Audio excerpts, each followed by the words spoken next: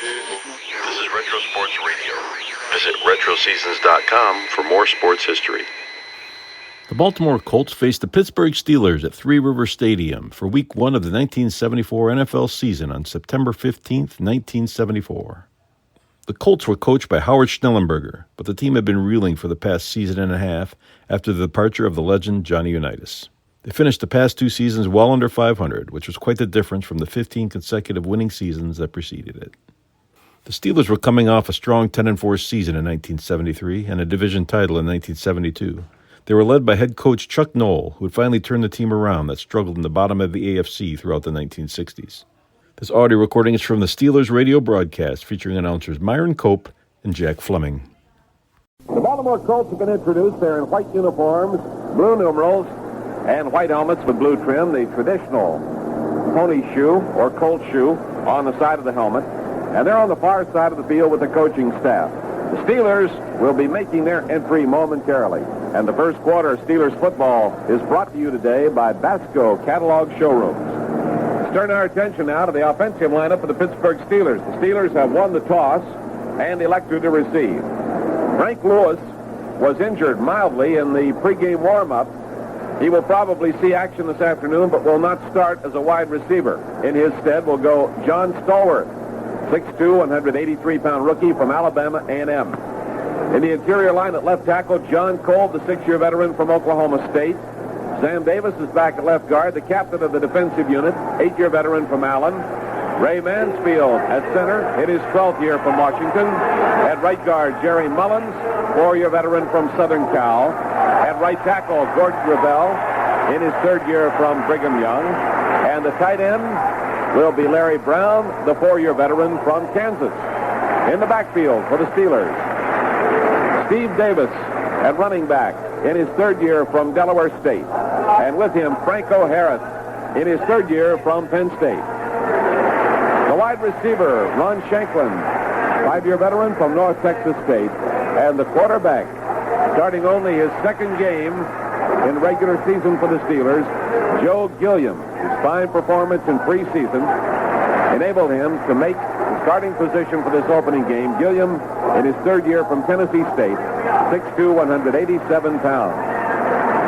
There'll be an interesting battle shaping up this afternoon between Franco Harris and Lydell Mitchell. They played together as running backs at Penn State. Mitchell got by far the most publicity. The Steelers took Franco Harris as sort of a sleeper. Not a real sleepy sleeper, but anyway, Lydell Mitchell had been the man with the publicity. Franco Harris was selected by the Steelers in his rookie season, had a great year. Lydell Mitchell was unheard of. Last year, Franco tapered off, and Mitchell came through and almost had a 1,000-yard season carrying the ball. We'll watch them closely this afternoon. Defensively for the Colts, in the front 4 at left end, Fred Cook, a rookie from southern Mississippi. At left tackle, Bill Windauer, 2nd-year man from Iowa. At right tackle, Joe Ehrman, in his 2nd season from Syracuse. And starting at right end, John Dutton, a rookie from Nebraska. So they start 2 rookies in the defensive line. The linebackers, Tom McLeod on the left side, 2nd-year man from Minnesota. In the middle, Mike Curtis, the 10-year veteran from Duke. And on the right side, Stan White, in his 3rd year from Ohio State. At the left corner, Doug Nettles, a rookie from Vanderbilt. On the right corner, Nelson Muncie, in his 3rd year from Wyoming. The strong safety, Bruce Laird, 3-year veteran from American International. And the free safety, Rick Bolt, V-O-L-K, in his 8th year from Michigan. So this is the first game of the season, Myron, and I hope you're ready. Well, I'm ready, and I hope Joe Gilliam is. He got a wonderful round of applause from the fans when he was introduced. He must have felt 10 feet tall. All the magazines in here to cover his debut. Joe's day. Marine color guard is advancing on the field from the end to our right. Pit band is across the way on the sideline, and now we have the national anthem.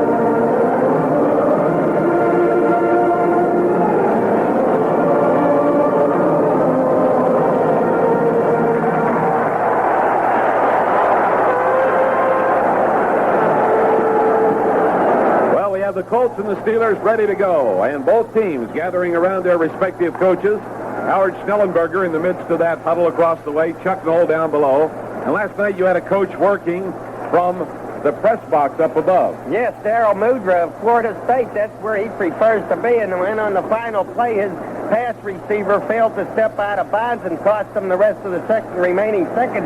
He might have wished he was down on the field to strangle the guy. Hey, Jack, there's an interesting angle to this game. There's a rookie starting at cornerback for the Colts, Doug Nettles, who is one of Joe Gilliam's closest friends down in Nashville. They've worked out, daily for 4 years together. And Doug Nettles says, I know Joe's going to go right after me. I know that's what he's going to do. He's a rookie cornerback. We'll watch that, too. Some interesting things will happen this afternoon. Teed up at the 35, the kick will carry right to left. Tony Linhart will be the kicker. And the Steelers go deep with Preston Davis, Preston Pearson, and Steve Davis. That's a way to get off to a good start.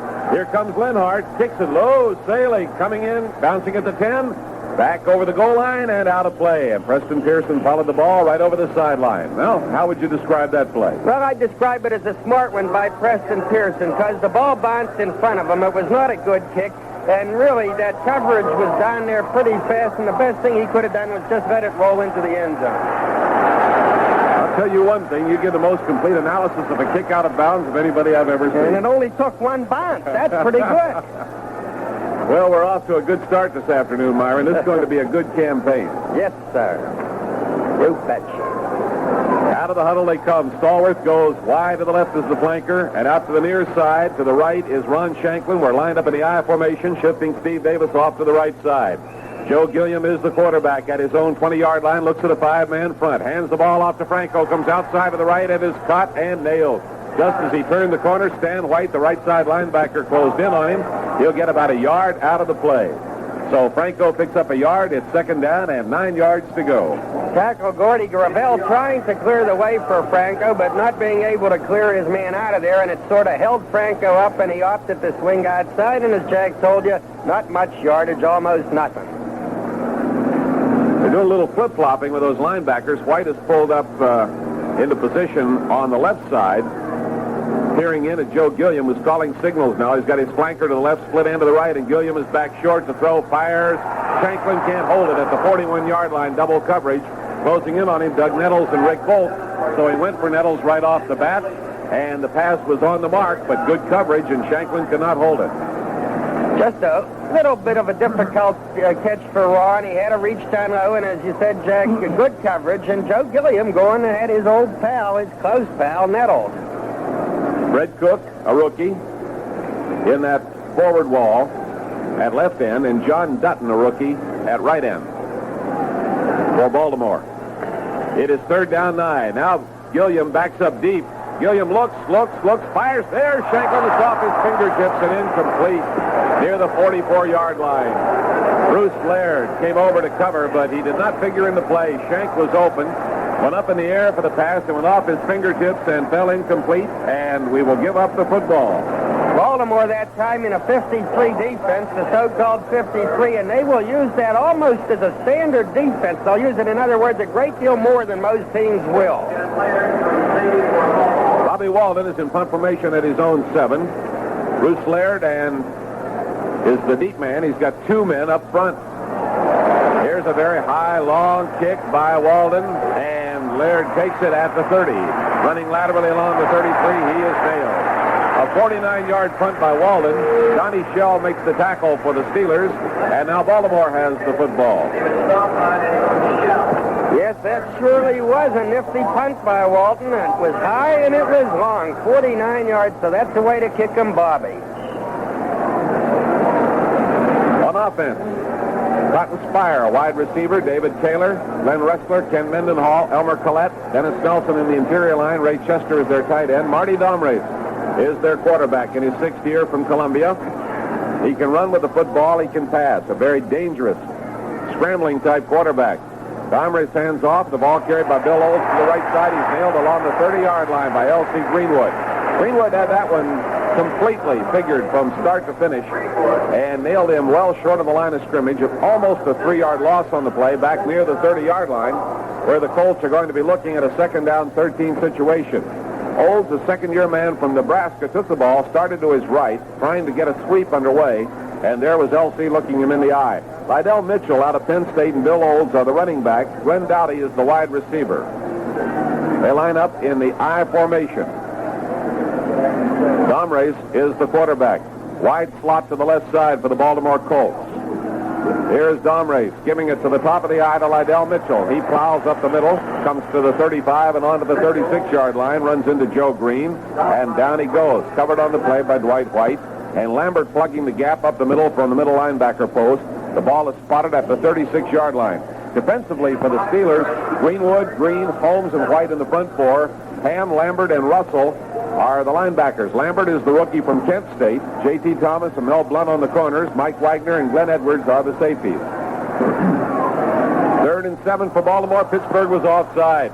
Here's Domrace deep, throwing out to the far side, and the pass is off the fingertips of the intended receiver, Glenn Dowdy.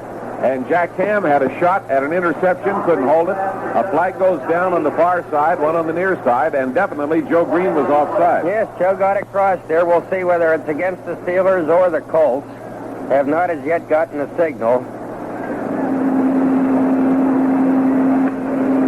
So the officials are conferring now. And they're marking off a 5-yard penalty against Pittsburgh, and that is new life for Baltimore. Colts at their own 41 will have a 3rd and 2 situation. And that should bring on a second tight end. 3rd down.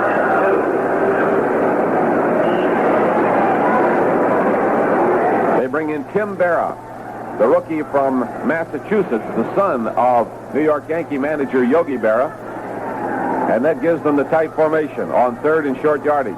The flankers pulled in close on the left side to shift out of the I formation. Domrace gives the ball to Olds. Olds running to the right, slips to the outside. He's to the 45, the 50, and into Pittsburgh territory at the 47-yard line before Glenn Edwards tracks him down. He was almost cut short of the line of scrimmage. Managed to pull away and keep running. And with the defense bunched inside, managed to get to the outside, running to the right, went almost to the sideline and carried it into Pittsburgh territory for the first down at the 48. The curious play, the Steeler front line seemed to get off the mark good, then Olds seemed to stumble and then decide to go outside where there was nobody to meet him. Baltimore, 1st down 10 at the Pittsburgh 48 from the I formation to Mitchell, top of the I, cutting back into the middle of the line, runs over the 45 and down to the 43. Lydell Mitchell with 2 good carries now. Joe Greene at the very base of the defensive play for the Pittsburgh Steelers, and the ball will be spotted at the 43-yard line. Gain of 5, and it's 2nd down 5 for the Baltimore Colts. No score in the ball game. We're just underway at Three Rivers. 11 minutes and 30 seconds to play in the first quarter. Baltimore will line up in the I. They put Glenn Dowdy in a wide slot to the left side, working inside Cotton Spire. Now they send Dowdy in motion to the right. And Domrace hands the ball off to Lydell Mitchell, cuts just off the right side, is down over the 40, onto the 37-yard line, where L.C. Greenwood makes the stop, and I believe he has a 1st down. Should have it by about a yard. It's signaled that's the 2nd 1st down for the Baltimore Colts. They have not gone to the air, and they have moved the football into Pittsburgh territory. Lydell flying right by Joe Greene on that play. He had a big year last year, Lydell, over 900 yards. Here is the handoff given to Bill Olds, and Olds is stacked up at the line of scrimmage. Ran into Jack Ham. Trying to run off the right side. Ham stacked him up at the 37-yard line. They'll give him about a half-yard pickup on the play. 2nd down and almost 10 to go. This fellow Olds is a big running back, and they put him in there perhaps on the theory that Lydell Mitchell not being so big, well, he needs to have that fact offset. They set their flanker far out to the right side, bring the split end to the near side of the field, and Domrace will go back to pass for the first time. Screen pass to the left end is wide of the intended receiver, Bill Olds, at the 40-yard line. Had a screen of 3 blockers in front of him.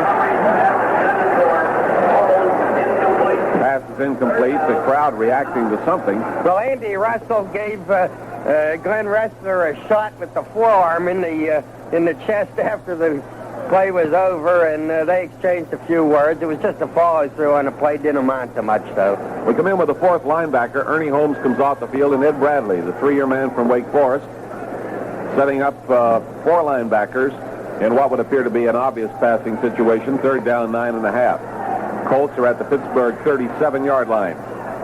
Again, they put Dowdy in the wide slot to the near side, and Domrese goes deep. Flag down. Domrese gets rid of the ball. Caught down at the Pittsburgh 25-yard line by Glenn Dowdy.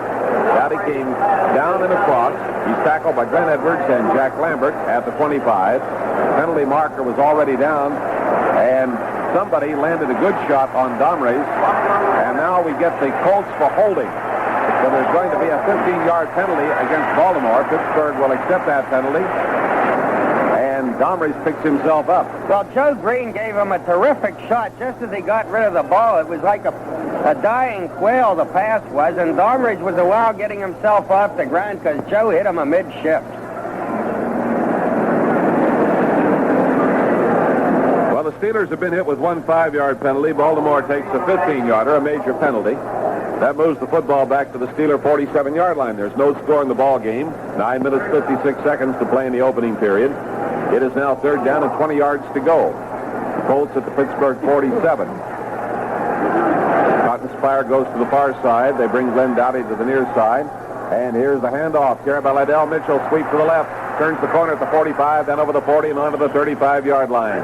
Coming to the near side of the field, he finally is hit by Mike Wagner, aided by Andy Russell. And he brings the ball to the Pittsburgh 35-yard line, and they will set it up just inside. Now they finally just put the tail end of the football at the 35. It is 4th down and 8 yards to go.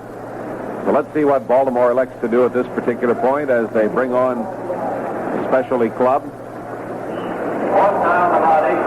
And I think they're going to go to David Lee and let him punt the football. Otherwise, a long, long field goal attempt would probably fall short. And they'd have to bring the ball back to the 35 under the new rules. Lee standing at the 50-yard line. And Pittsburgh with its deep men spread out very wide. Glenn Edwards to the far side and Lynn Swan to the near side. Here's the snap and the punt. Kicking very softly, angling it toward the coffin corner. Swan pulls it in at the 7. Stepped out of bounds as he took the football at the 7. Was nailed solidly as he got forward to the 10. And Swan was protecting that coffin corner, and I think that in all probability that ball would have gone out inside the 5-yard line. So that was a pretty smart move by Glenn Swan. Yes, Lynn Swan. Yes, he was a gutsy move, too, because they were coming down there at him, but he was determined to try to get that ball out of trouble. He wasn't able to do it, though. There's the break in the action, and we'll be right back.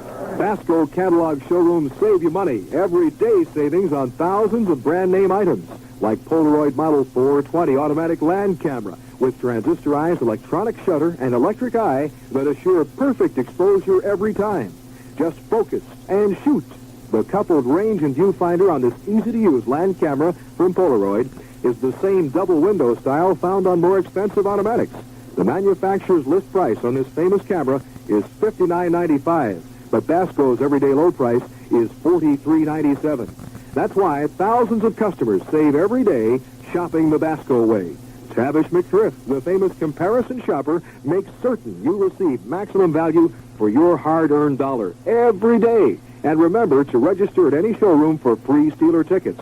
Basco Catalog Showrooms in Monroeville on Route 22 between Miracle Mile and Monroeville Mall, and at the Whitehall Terrace Shopping Center. Jack Fleming with Myron Cope at Three Rivers Stadium. Our Steeler broadcast crew this afternoon includes Lou Kreck covering the Steelers, J.D. Fogarty covering the Baltimore Colts. Jeff Howell is our engineer, and our producer is the venerable Tom Leslie. And if you've just tuned in, it's a scoreless ball game with almost 9 minutes remaining in the first period. Baltimore brings in a fourth linebacker, Dan Dickel, a rookie, and they go with 3 men in the forward wall. However, they have 5 of them up there using a 3-man rush. Gilliam passing from the end zone to the far sideline, and he overthrows his target. John Stallworth going on the fly down the far side of the field. Pass carried well out of bounds at the 30-yard line and well ahead of Stallworth. That is the third pass for Gilliam. Nelson Muncie and Rick Bolt covering the play at the far side over near the Baltimore bench area. And the pigskin is returned to the 7-yard line, second down 10. And Nelson Muncie was born in Uniontown. Yeah, played college ball at Wyoming. He's a Uniontown guy. Pittsburgh comes out of the huddle. Split end left, flanker right. Gilliam from the end zone, firing and throwing a little wide of Ron Shanklin, who had cut. The ball came in behind him. Tom McLeod and Doug Nettles covering the play. And Gilliam is 0 for 4. And now the natives are getting restless, and Joe Gilliam, the rookie, may be hearing the first very faint sounds of discontent. But they ought to bear in mind that on his first 2 passes, Ron Shanklin dropped them. So he ought to be 500 right now. It is third down and 10 yards to go. Steelers at their own 7-yard line. They move left to right in the first quarter of the ball game. Gilliam backpedals into the end zone. Now he throws down the middle into a crowd, and leaping for the football, Larry Brown at the 19-yard line. Well covered by Dan Dickel, and the ball sails through incomplete. And the Steelers do not move the football, and Bobby Walden will have to punt it. Linebacker Stan White, and he's a good one, blitzing on that play. And I think we can look for the Colts to do a heck of a lot of blitzing today, because they know that Gilliam did have a hot hand all through those exhibition games. They got to try something, and so far, he's 0 for 5. All right, Laird is the deep man, and the punt is very high, sailing, and it's coming down to, and it's Laird trying to catch the ball, and it gets away from him, recovered by the Steelers. Laird was vying with Nelson Muncie for the ball, and it bounced off his chest, and Reggie Garrett climbed on it for the Steelers at the 46-yard line, and that's where Pittsburgh has it. Laird and Muncie were shoulder to shoulder, waiting to receive that punt at the 48-yard line.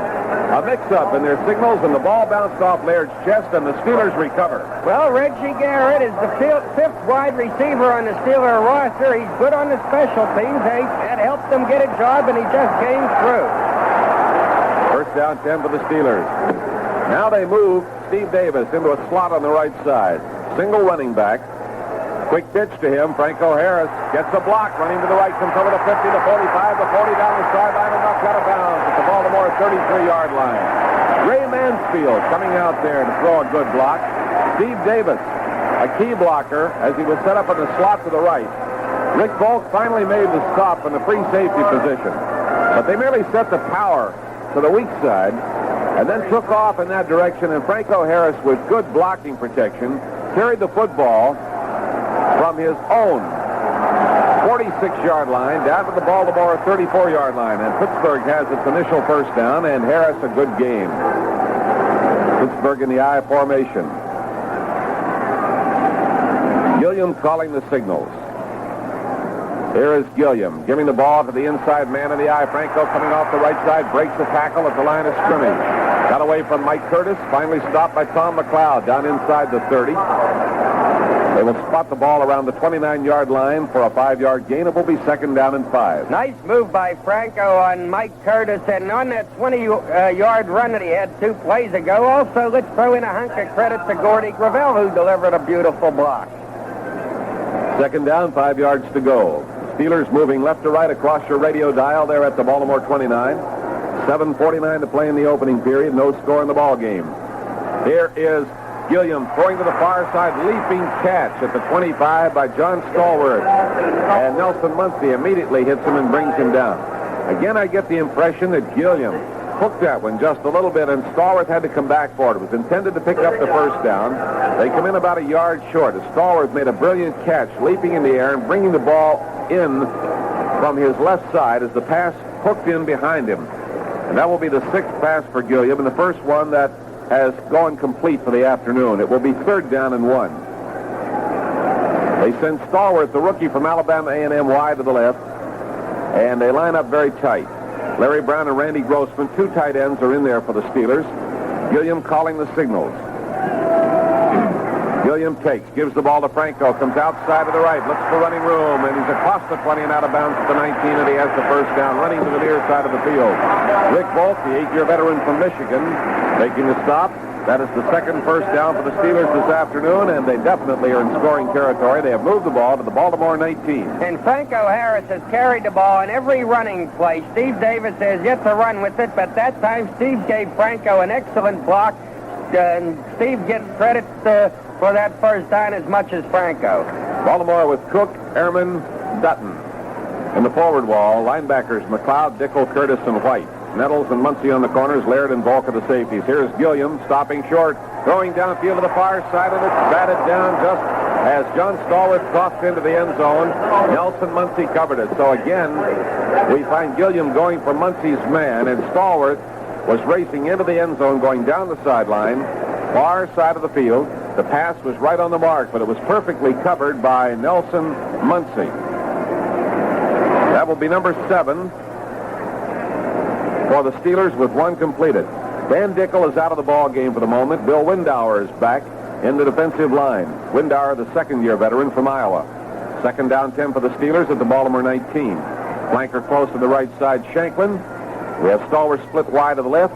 Close slot left is Steve Davis. Quick pass flipped out to the left side to Franco. Takes it at the line of scrimmage. Runs to the sideline over the 15 and down to the 12-yard line.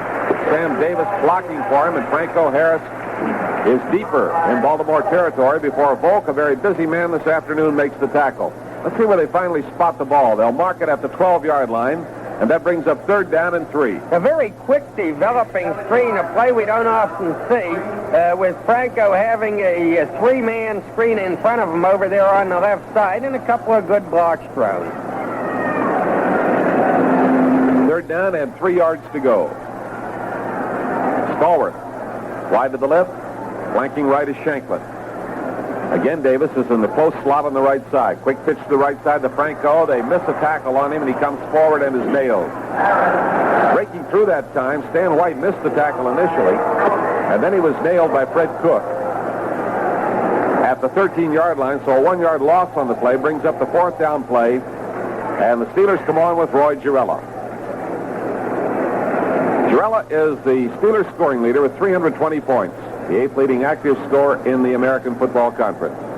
And the kick will be held, the ball will be held at the 21-yard line, a 31-yard attempt. Ball is down, Girella boots it, and it is good. Girella, a 31-yard field goal, the score 3-0 Pittsburgh. There's a break in the action. We'll be right back. Everyone in Pittsburgh has super fever as the Steelers set out on the quest for Super Bowl IX.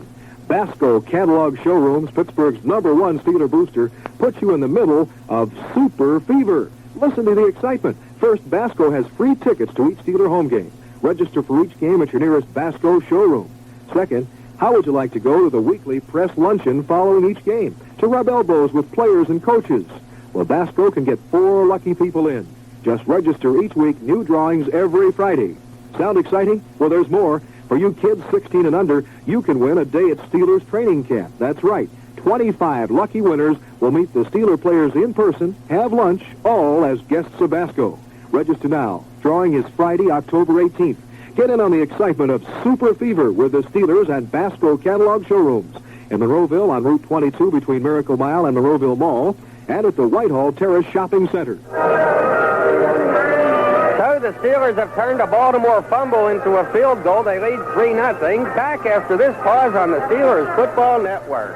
This is Pittsburgh's #1 sports station with Myron Cope on sports, pit football, and basketball. Plus, the Pittsburgh Steelers, WTAP, AM and FM, Pittsburgh. If you're interested in comparisons between Lydell Mitchell and Franco Harris, Franco's gained 31 yards so far, Lydell 27. Franco's carried 1 more time than Lydell. Sutton Spire is deep for the Baltimore Colts, and here's Girella kicking off. Very, very high. Spire at his own 4. Out over the 10, up over the 15, the 20, cuts to his right, coming to the 25, and caught. Man, he was almost away. And the tackle was made by Reggie Garrett.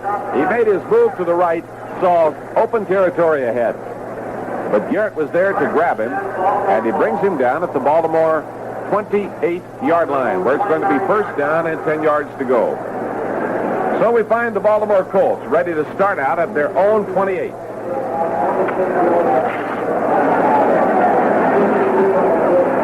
Marty Domres is their quarterback.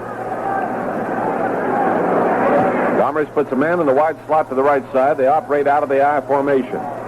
Olds and Mitchell are the running backs. Mitchell at the top of the I. Here's the handoff to Lydell. Hits up the middle, and he is very solidly stopped, crossing the 30-yard line. They may give him the 32 as he leaned forward. L.C. Greenwood made the stop on him. So that play starting at the 28-yard line, and Mitchell picks up 3 yards to the 31 where they finally placed the football. And it will be 2nd down 7. And please note that LC has his gold shoes on today. The irrepressible LC will not remove those golden shoes. The ball is set at the near hash mark. Baltimore, with the slight advantage in running room to the right, puts a wide slot man out in that direction, shifting out of the I formation. Handoff given to Lydell Mitchell. Steelers offside. He comes off the left side of the line, and he's to the 35-yard line. Flags fly. Dwight White working with Andy Russell on the stop. So we got the penalty markers down on the turf, and Baltimore may be cited on this one. So let's see as they confer what they're going to do. Ball is being returned to the previous spot, and the referee is ready to mark it off against the Baltimore Colts. Going to clear the Steelers out of the way so that he can step off 5 yards. Don't crowd him. Let him mark him off against Baltimore. Illegal motion. So that was what it was. It appeared that the Steelers had jumped off, but Baltimore is cited for illegal motion. That is the second penalty for a total of 20 yards against the Colts. And it takes them back to their 26-yard line. 2nd down now, 12 yards to go. Domrich deep, handoff. Statue of Liberty variation. Ball goes to Bill Olds, running to the right, and he is caught and slaughtered short of the 30-yard line. Andy Russell ran into him. Same type of deep handoff that we use from what would apparently be a pass, with Domrich dropping back and giving it on an underhand hand. Trying to calculate and call the play at the same time. Well, Chuck Noll had indicated that he would not use Glenn Edwards as a kick return man until he were fully recovered from a banged-up knee and a strep throat that he had in the preseason. But I would just guess then that Glenn Edwards is fully recovered, because there he was returning that Baltimore punt and giving the Steelers the football at their own 46-yard line. They lead with 2 minutes and 45 seconds remaining in the first period. The Steelers lead 3-0. Franco Harris today has looked pretty good. Joe Gilliam is only 2 for 8, throwing, so he's having a bad day thus far. Marty Domrich is only 1 for 2 passing for Baltimore. He threw a couple of more passes, but they were wiped out by penalties or one thing or another. So here go the Steelers at their 46. Steelers out of the huddle. Joe Gilliam is the quarterback. The running back, Steve Davis and Franco Harris. Shanklin flanks right. The split end to the left is Stallworth. And Gilliam drops back to throw. Gilliam looks, fires downfield. Too high, too long. The intended receiver, tight end Larry Brown at the Baltimore 35. Bruce Laird coming across had the closest shot as Gilliam overthrew his target. Joe Gilliam is 2 for 9 on the afternoon, and the football is returned to the Steeler 46-yard line. Defensively, Baltimore with Cook, Ehrman, and Dutton in the forward wall. McLeod, Dickel, Curtis, and White, 4 linebackers. Nettles and Muncie on the corners. Laird and Volk are the safeties. Pittsburgh with Kolb, Davis, Mansfield, Mullins, and Gravel, the interior linemen. Stallworth starting today as a wide receiver in place of Frank Lewis, who was injured slightly in the pregame warm-up. Larry Brown at tight end. Shanklin the wide receiver. Davis and Harris are the running backs. They put Davis in a slot close on the right side. Draw handoff, goes to Franco, running through the middle, cutting to the left, going up to the 50, and brought down by Tom McLeod, the linebacker, as he reaches the 50-yard line. Franco found the hole, angled through it, cut to the left to the far side of the field, made it to the 50, leans over the 50. The ball is spotted at the Baltimore 49.5-yard line. 3rd down and 5 yards to go. Maybe just a little too much finesse by Franco that time. There was a big hole there, and perhaps if he'd have just kept power in the play, why, he may have made bigger yardage, but who knows. In the second quarter, Cleveland nothing, Cincinnati nothing. First quarter, New England 7, Miami nothing. Wide set. Back goes Gilliam. Gilliam with lots of time, can't find anybody, runs out of the pocket to the left, looking. There's an open man, Steve Davis. They converge on him, and he's knocked down, and the ball is intercepted. Great play by Rick Volk. As Gilliam lobbed that pass down, Davis had to wait for it. You can see 2 men converging on Steve Davis. while the ball is on its way, and the crowd is booing Joe Gilliam. And I said in a commentary just a few days ago that Gilliam would have that to face many times before he ever left Pittsburgh, even if he stayed here till he was 80 years old. And they're beginning to warm up on him, and over to pat him on the back, one of his fellow players, Dick Kahn. So that's the first interception. Well played. Baltimore shifting out of the eye at its own 11-yard line. Handoff carried by Bill Olds, and Olds slants over the left side and fights his way forward to the 15-yard line. Dwight White made the stop. Let's recap the man who did that job, and that was the free safety, Rick Volk. And in the process of stealing that football, he knocked Steve Davis down beautifully. Just muscled his way in and took it away from him. Yes, knocked him down perfectly legitimately, playing the ball. Beautiful play by Volk. Absolutely, no question about it. 2nd down and 6. Hand off to Lydell Mitchell, former Penn State running star. Slants off the right side. He'll get a couple of yards. Down at the bottom of the play, we find Joe Greene and Jack Ham. And the ball is over the 15-yard line at the 17, where it's going to be 3rd down and 4. We have not seen Domrey yet employ his own running ability. And he has that ability to scramble and also to option the ball, either run or pass. Domrey has had quite a battle. Here's the draw handoff taken by Bill Olds. And Olds getting off the right side to the 20. It comes across the 20. Brought down by Lambert and Ham. And he is near a 1st down. It may require a measurement. They're grouped around the football, and I can't see the exact position. The official is sizing it up, and he's going to call a 1st down. Baltimore. The 3rd win of the afternoon for the Colts. They're at their own 21-yard line. Pittsburgh leading 3-0. And we have 34, now 33 seconds remaining in the opening period. Pittsburgh deploying on defense, and Baltimore moving from right to left. Here are the Colts coming out of the huddle. They bring Cotton Spire wide to the left. They set up Glenn Dowdy in a wide slot position. They're in the I formation with Bill Olds at the top of the I. The inside man is Lydell Mitchell of Penn State. Quarterback, Domrey, rolling left. Look out. Now he stops and throws. In and out of the arms of Glenn Dowdy at the 32-yard line. Domrey's that time stopping and firing abruptly. Domrey's was hit, and he is hurt. And the guys who zeroed in on him that time, Ernie Holmes and Dwight White.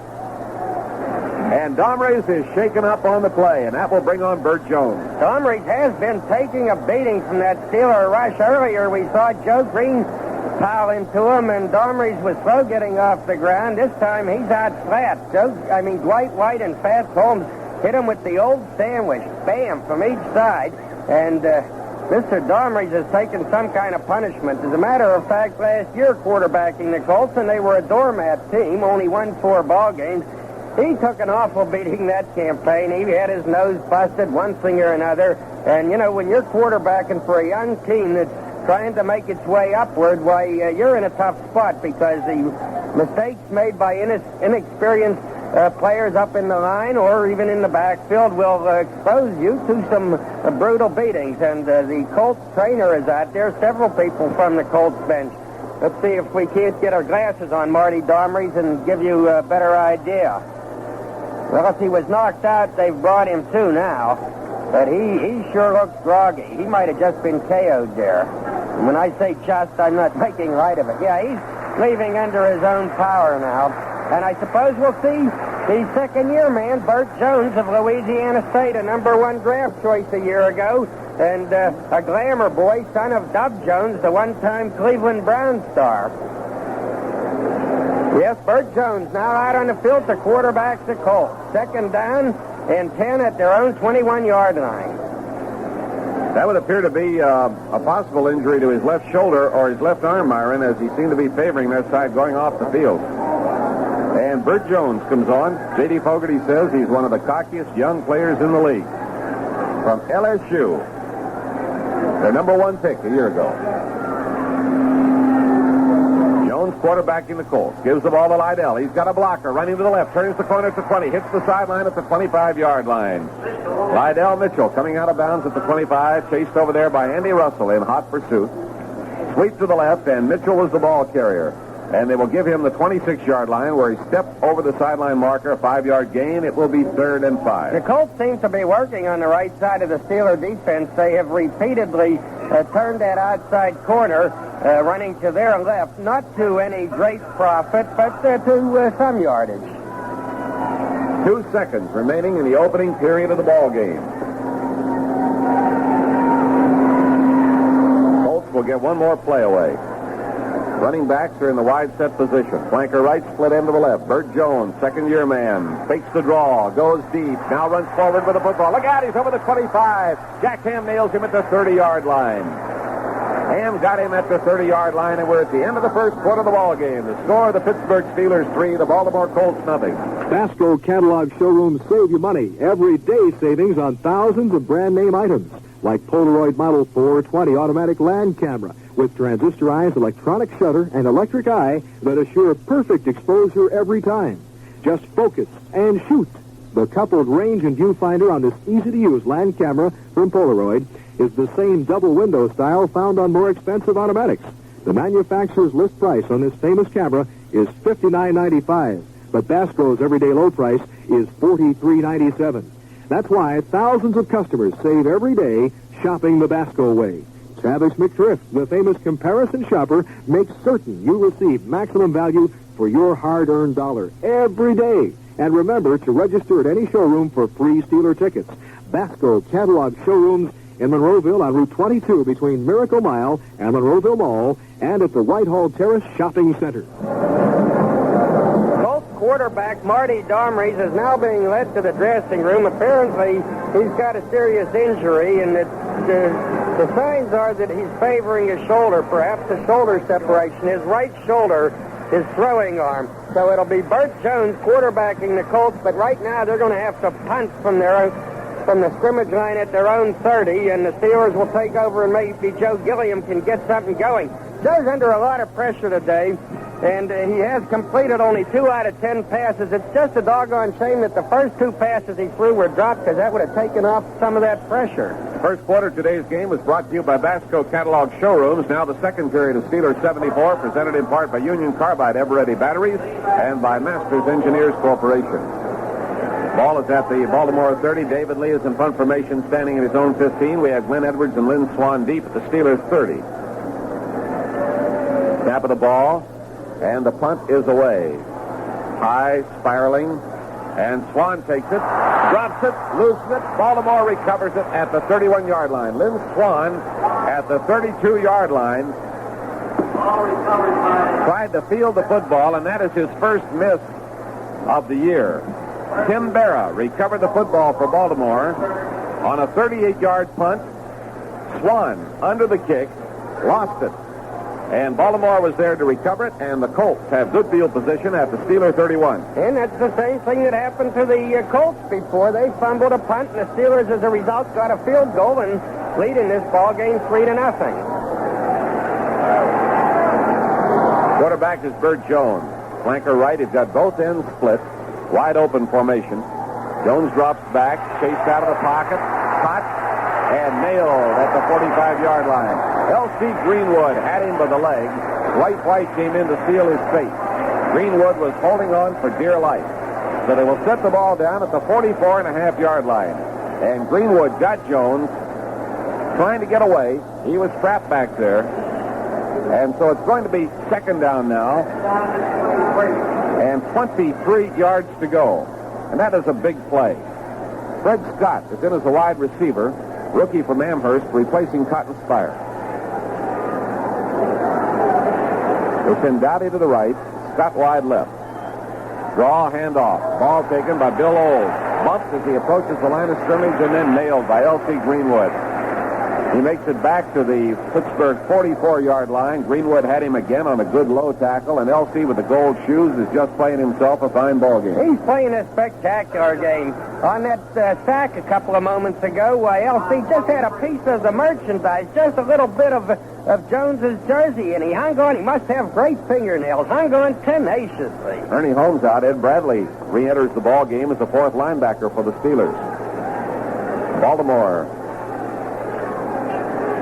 Third down and 22. Flanker right, split end to the left. Jones drops back.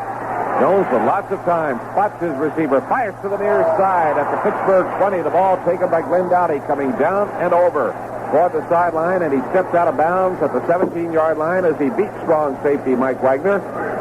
And the secret to the play was the fact that Bert Jones had plenty of time, lots of time to spot his man, and in the process, Glenn Doughty came down and over to the sideline, beat the defensive man, and took the pass, and is out of bounds at the Pittsburgh 17. So that is Jones' first pass, and he completes it. It is Baltimore's fourth first down. Ernie Holmes is back into the defensive line. Fred Scott replaces Cotton Spire at a wide receiver post. Flanker right. They've got a split man to the left. Man set up in the slot. The handoff to Lydell Mitchell with blocking. Runs to the left, turns the corner, and makes it down to the 16-yard line where he is stacked up by Mike Wagner. Good play by Mike. He came across the field from left to right to make that stop. He, of course, was victimized on the previous play, the pass, and so perhaps he was fired up to make amends. About a 1-yard gain on the play, second down, and 9 yards to go. Baltimore at the far hash mark. Colts are moving left to right as we view the ball game for you. Full house here at Three Rivers this afternoon. The sun shining brightly. It is a perfect football day. Temperature is moderate. Nice breeze blowing. Bert Jones quarterbacking the Baltimore Colts. Jones takes. Gives to the inside man. Bill Olds finds a big hole over the left side. Drives down to the 10, inside the 10 to the 7-yard line. And again, they were working on the right side of the Steeler defense. Jack Lambert finally made the stop. And they are very close to a first down. They have moved the football deep into Pittsburgh territory. And now they're going to measure. The sticks are being carried in from the near side of the field. The ball is around the 7-yard line. Jones watching closely as they place the sticks down, and they have it by half the length of the football. That will be the fifth first down of the afternoon for the Baltimore Colts. Pittsburgh leading in the ball game 3-0, but the Colts have a first down and goal to go at the Steelers' 7. And the Steelers heavily favored in this game. Perhaps what's happening to them is what happened to Pitt last night. They're getting a little bit of a surprise. The Colts not supposed to be able to move the ball, but they're moving it now with Bert Jones at the control. Fred Scott is back in. He and Spire are alternating now, apparently bringing plays. He's split to the left. The flanker set wide to the right side. Here's the handoff given to Lydell Mitchell. Cuts back into the middle and down over the 5. He's near the 2-yard line. Mitchell with his momentum angling to the right and then cutting back through the hole up the middle. Andy Russell and Dwight White combined on the stop for the Pittsburgh Steelers, and the football is marked down at the 2-yard line. Just inside the 2, a gain of 5 yards on the play. Lydell Mitchell, the ball carrier, and he's doing okay on the afternoon. Has 44 yards rushing total.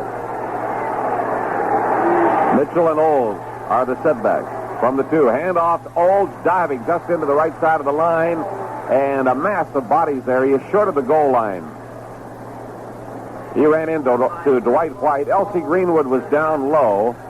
White up a little higher, and Joe Greene helping to plug the gap, and they have him stopped at the 1-yard line. Thus, it is going to be third down and 1 yard to go with the ball right at the 1. And Baltimore trailing 3-0 is knocking at the Steelers' door. Over the football goes Ken Mendenhall. Olds and Mitchell are the running backs, a tight formation. Now they send a man Doughty in motion to the left. Hand it off to Olds. Olds running to the right is stacked up. Trying to slant off right tackle. He loses a yard on the play. He ran into Dwight White up high, and down low was J.T. Thomas up from his secondary position. And they just plugged the gap up.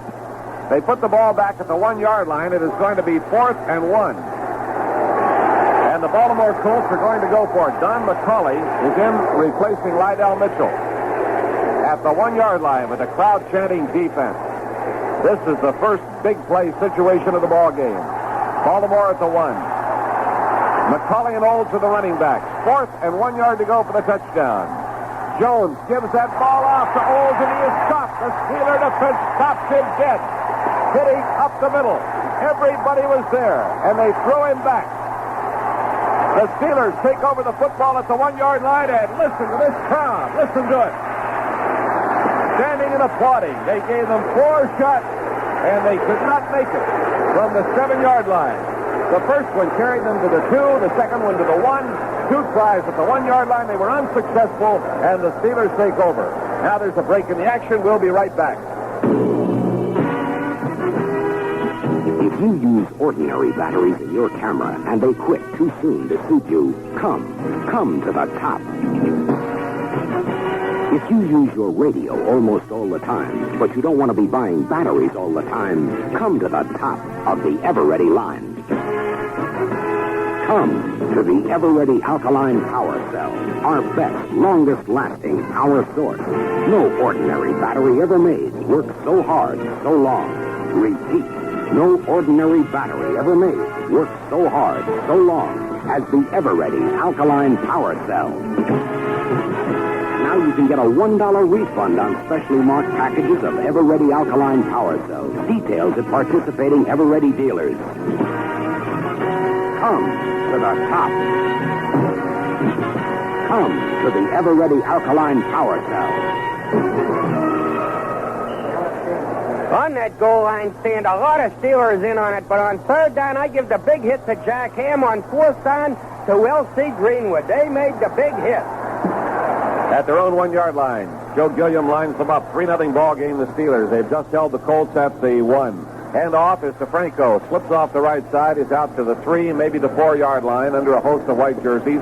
John Dutton, the rookie defensive right end, and Dan Dickel, one of their 4 linebackers employed at the moment, make the stop. And we'll put the glasses on it and see exactly where that football is located. They have moved it to the 3-yard line. 2-yard gain on the play as the Colts dig in. Frank Lewis is back into the ball game for the first time this afternoon, and Lynn Swan is in as a wide receiver. Lewis set out to the left, and Swan flanks right. Gilliam gives the ball to Franco, slips outside of the left, fights his way up to the 5 and onto the 7-yard line. Headed just off tackle, saw that hole was filled, slipped on to the left, turned the corner, and came up over the 5, and they will mark the football with its nose at the 7-yard line. John Dutton and Dan Dickel on the tackle. It will be 3rd down and a long 4. And Frank Lewis cleared the way for Franco with a roll block on a defensive back, a nuisance block, you might say, but he got him out of there. And Frank's coming out of the ball game.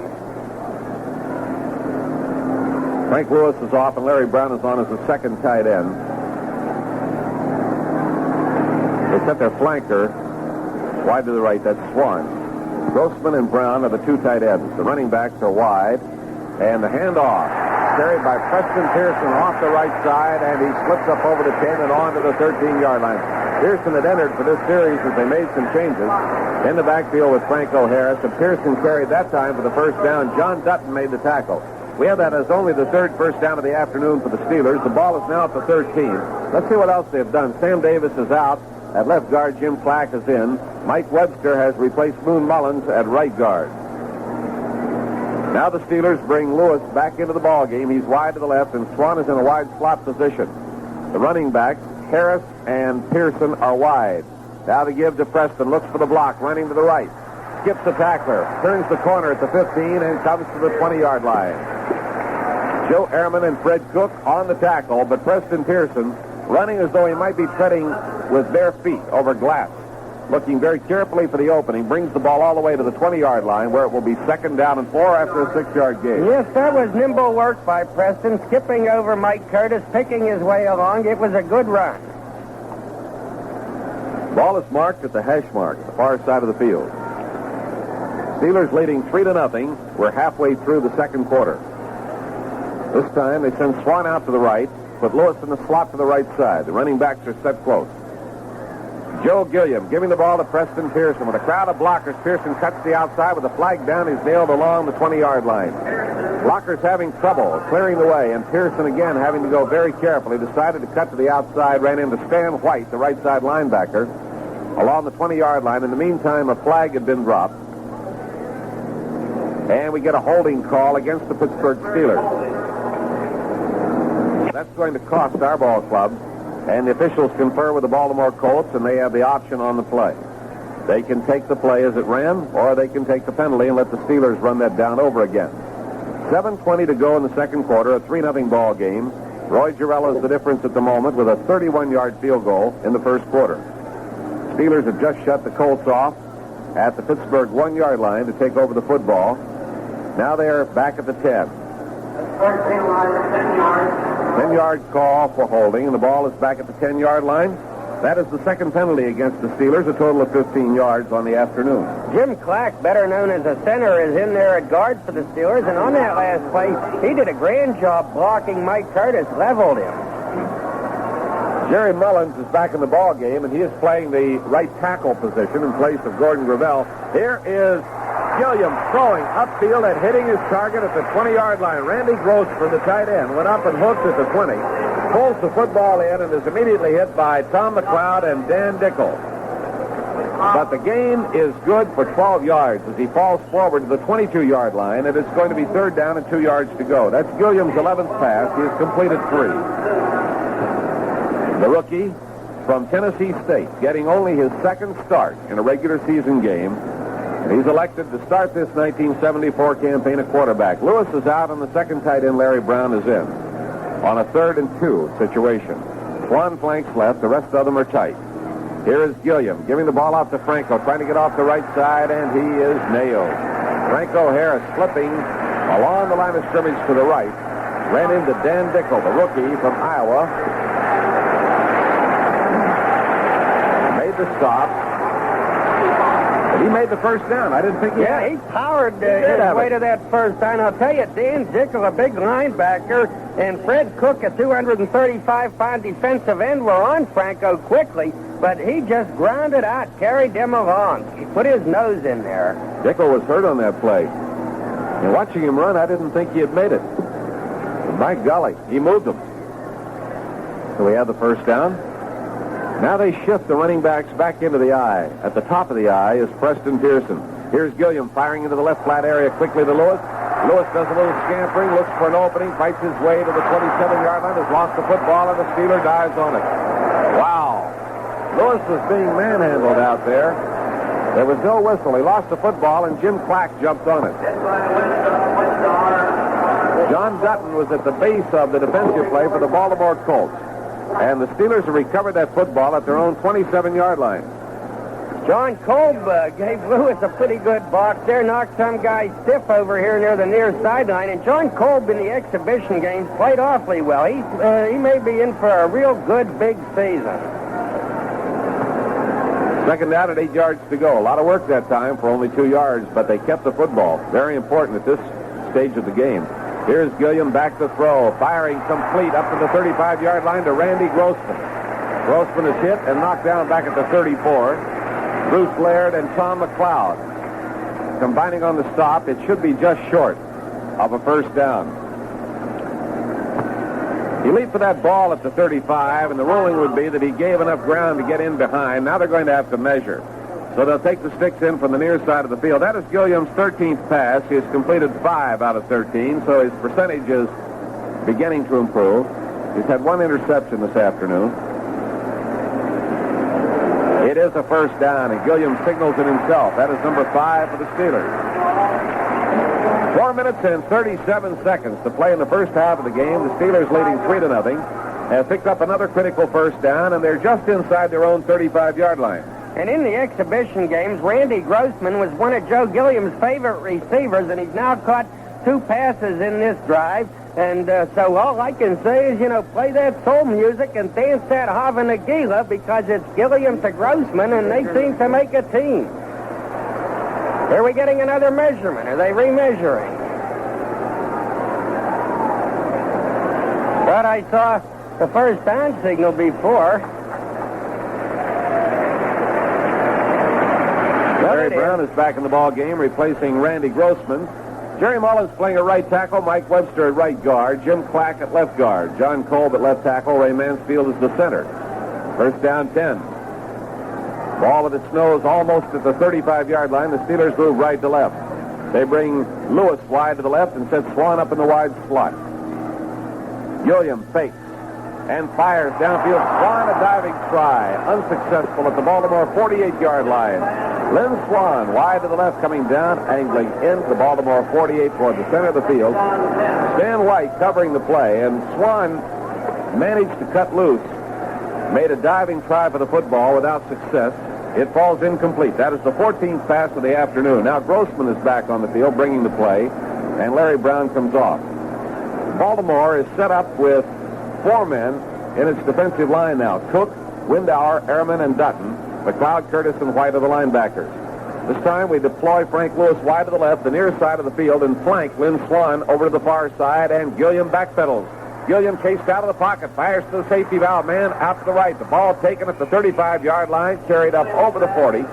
Out of bounds on the far side as Preston Pearson took it. He was knocked out by Stan White. Close to the 40-yard line. They're going to mark it at the Pittsburgh 39. It will be 3rd down and 6 yards to go as Pearson takes the pass, giving Gilliam 6 completed out of 15 tries on the afternoon. Steelers 3, Colts nothing. Late in the second quarter. In the first period, Washington leading the Giants 7-3. New England in the second quarter leading Miami 14-7. In the second quarter, Cleveland nothing, Cincinnati nothing. Everything else going later. Steelers on 3rd and 6. Joe Gilliam is the quarterback at the Steelers' 39-yard line. Gilliam takes and drops back deep. Screen pass to the left side. Franco with the ball at the 30, over the 35, the 40. Cuts, goes to the 45, and is just over the 45. He has a first down. Franco Harris on the screen pass. Carries it for the first down. Danny Rhodes and Mike Curtis in on the tackle. It is a first down for the Pittsburgh Steelers. I wouldn't be surprised if Joe Gilliam was improvising on that play. It turned out a screen, but Baltimore had a 3-man rush on, and the Steeler front line was giving Joe pretty good protection, but I think he decided, well, let's improvise here and just dump it out to Franco, and everybody cooperated harmoniously. Lynn Swan is wide to the right. Frank Lewis goes into the slot out to the right side. Gilliam firing downfield. He overthrows Frank Lewis at the Baltimore 40. And the defensive back, the linebacker, Danny Rhodes, was up in the air, had his fingers on the football, couldn't get it. Rick Volk over to cover on the play, and the pass sailed downfield incomplete. Gilliam has now tried 17 passes, completed 7. Joe Gilliam going with more of his running game this afternoon than we saw in the preseason encounters, mixing his plays up very well. The earlier games in preseason, it stayed almost exclusively with the passing attack. The game plan this afternoon has seen the Steelers employ the running talents of Franco Harris, Steve Davis, and Preston Pearson. Here's Gilliam from the pocket, firing downfield. There goes Swan, puts it in at the 5, touchdown Pittsburgh. Lynn Swan beats Doug Nettles, the rookie from Vanderbilt. And Swan pulls it in at the 5-yard line. So the number 1 draft pick from Southern California has his first regular season touchdown. A 54-yard pass play. And Gilliam that time, with lots of time, allowed Swan to get beyond his man. He beat Nettles and pulled it in on the run at the 5-yard line, completely in stride, and went into the end zone standing up. The Steelers have their first touchdown of the afternoon. Here is Girella to try for the point. Now a flag goes down. The official runs in. They have a brief discussion. Let's see what the debate will be over. Football is kept in place. That was a 99-yard drive. The Steelers starting at their own 1 in 13 plays. And the big one was the 54-yard pass play. The illegal procedure situation against Baltimore declined by the Steelers. Now they're ready. Walden the holder. The ball is down at the 10. Girella kicks it. No good. Girella hooks it off to the right side. The score is 9-0 in favor of the Steelers. There's a break in the action. We'll be right back. Look, if you spent a lot on your camera, you're not about to use ordinary batteries in it. So come to the top. If your cassette player is always going and you need a battery that can keep going too, come to the top of the Ever-Ready line. Come to the ever-ready alkaline power cell, our best, longest-lasting power source. No ordinary battery ever made works so hard, so long. Repeat, no ordinary battery ever made works so hard, so long as the ever-ready alkaline power cell. Now you can get a $1 refund on specially marked packages of ever-ready alkaline power cells. Details at participating ever-ready dealers. Come to the top. Come to the ever-ready alkaline power cell. So let's pause now for station identification. This is Mark. You're listening as we bring back that old feeling. Each afternoon, 12 to 3. WTAE, AM and FM, Pittsburgh. Before the game began, I told you that Doug Nettles, cornerback Doug Nettles, is one of Joe Gilliam's closest friends. He's a rookie cornerback from Vanderbilt, perhaps Joe's closest friend. And Joe said, Nettles said he's going to go after me, and he did on that touchdown play. He victimized his pal. We got Spire deep this time. And Laird is to his left. And here is Jarella kicking it very high. Down to Spire deep in the end zone. He'll field it and let it stand. Got to Spire.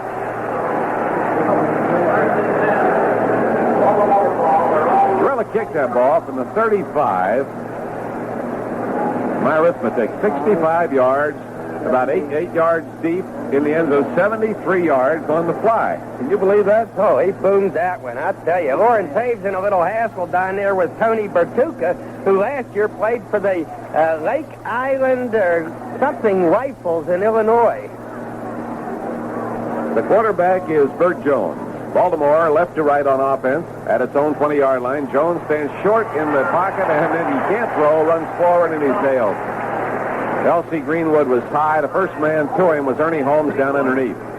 And they will get him at the 18.5-yard line, a yard and a half loss. Marty Domres started the ball game injured in the second quarter by a great rush. Injured his right shoulder. He has been taken to the hospital, Divine Providence, for x-rays. Yep, so Bert Jones is getting his chance. The speculation had been that Bert probably wouldn't get into a ball game unless something like that happened to Domres.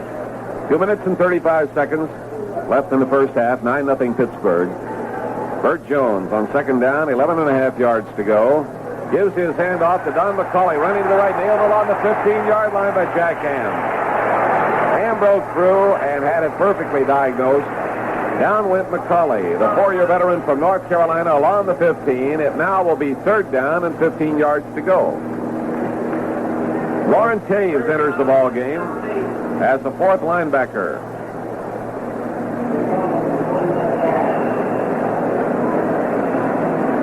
And Ernie Holmes comes off. They have reached the 2-minute point, so we get the signal for the automatic timeout. And with a break in the action, we'll be right back. Remember that career you promised yourself? It's ready. If you're a qualified engineer, designer, or draftsman, Master Engineers Corporation, Pittsburgh's career-oriented engineering firm, needs you now, and they're willing to pay the price to get you. Not only are salaries among the best in town at Master Engineers, but they guarantee you an annual bonus. And at Master Engineers, you can work the 4-day, 40-hour week if you like, with the option of working Fridays at overtime pay. And since Master Engineers is young and growing, there's plenty of room to move into a management position whenever you're ready. Add it all up, you'll agree that no other firm in town offers the financial and career opportunities that await you at Master Engineers. So if you're the engineer, designer, or draftsman you think you are, design your own career at Master Engineers. Call now for an interview at area code 412-281-0600. That's 281-0600. With timeout still in effect down on the field, I'd like to say that we're sorry to hear that the father of Dave Hale, sports director of the Greensburg Tribune, passed away this morning. That's unhappy news. Here is Baltimore, ready to go, 3rd and 15. And the handoff carried up the middle by Don McCauley.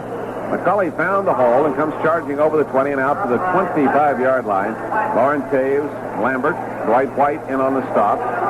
4th down and 5 yards to go. The clock reads a minute 44. It's turning. David Lee is on in punt formation. Lynn Swan and Glenn Edwards go deep for the Steelers. stationing themselves back near the Pittsburgh 35.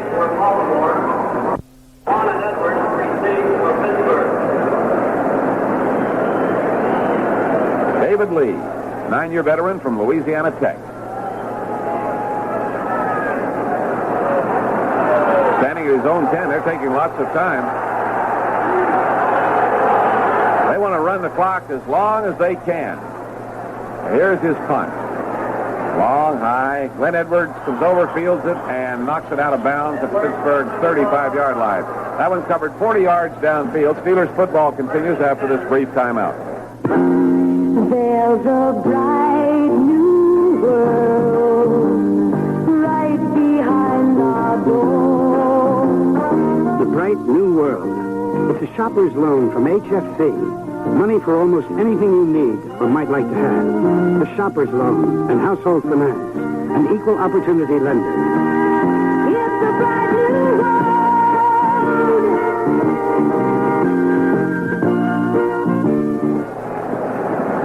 Steelers from their own 35. Gilliam is deep and throwing down the middle. There's Frank Lewis. And he juggles it, holds it at the Baltimore 44-yard line. Came down and across to take the pass. Juggled the football in the air, got it back. Nelson Muncie brought him down. Along the 44s, he ran laterally to the far side of the field. The clock is stopped. 46 seconds remaining in the first half, and the Steelers have moved back into Baltimore territory. They call timeout and stop the timepiece. So Joe Gilliam is now finding the range, and that time he had superb pass protection, the kind of protection he got all through the exhibition season when a Steeler quarterback, believe it or not, was sacked only once in 99 times. That is fantastic pass protection, and that is what Joe Gilliam got that time. And as you may know, just a few moments ago, he connected with Lynn Swan on a 54-yard touchdown strike. The Steelers leading 9-0 with 46 seconds left in the half. That play covered 20 yards. Hit his target right on the nose. Frank Lewis, 4-year veteran from Grambling. Now Jack Hart administers to the Steelers. Next Sunday afternoon, we'll be in Denver. And that has been a nemesis for this ball club. Whether we're playing at Denver or playing them here. One of the worst ball games we've played in recent years was in 1972, 2 years ago, against Denver on this field right here. Yeah, and last year Denver beat the Steelers here, which is unheard of. You don't beat the Steelers at Three Rivers Stadium, but And the last time we went to Denver, if I recall correctly, the fellow who was the thorn in our side is now a practicing legal tactician here in Pittsburgh by the name of Paul Martha. on top of that, he's a lawyer, too. Yeah, he came out of your alma mater, the University of Pittsburgh. Oh, yeah. Paul Marzing. Good man. He gave us a rough time that afternoon. It is first down 10 at the Baltimore 44-yard line. Gilliam backpedals. Gilliam sets up. They're after him. He fires under pressure. There's Swan to take it at the Baltimore 15. He's got over the tape. Keeps his footing. Goes inside the 5-yard line and finally is nailed. Lynn Swan pulled the football in. Was hit. Kept his footing. Came all the way down inside the 5-yard line. Was hit again. Doug Nettles made the stop on him. And the Steelers have moved the ball very quickly to the Baltimore 3.5-yard line, where it is going to be first down and goal to go. 28 seconds remaining. They set the ball down just inside the 4. How do the timeouts stack up?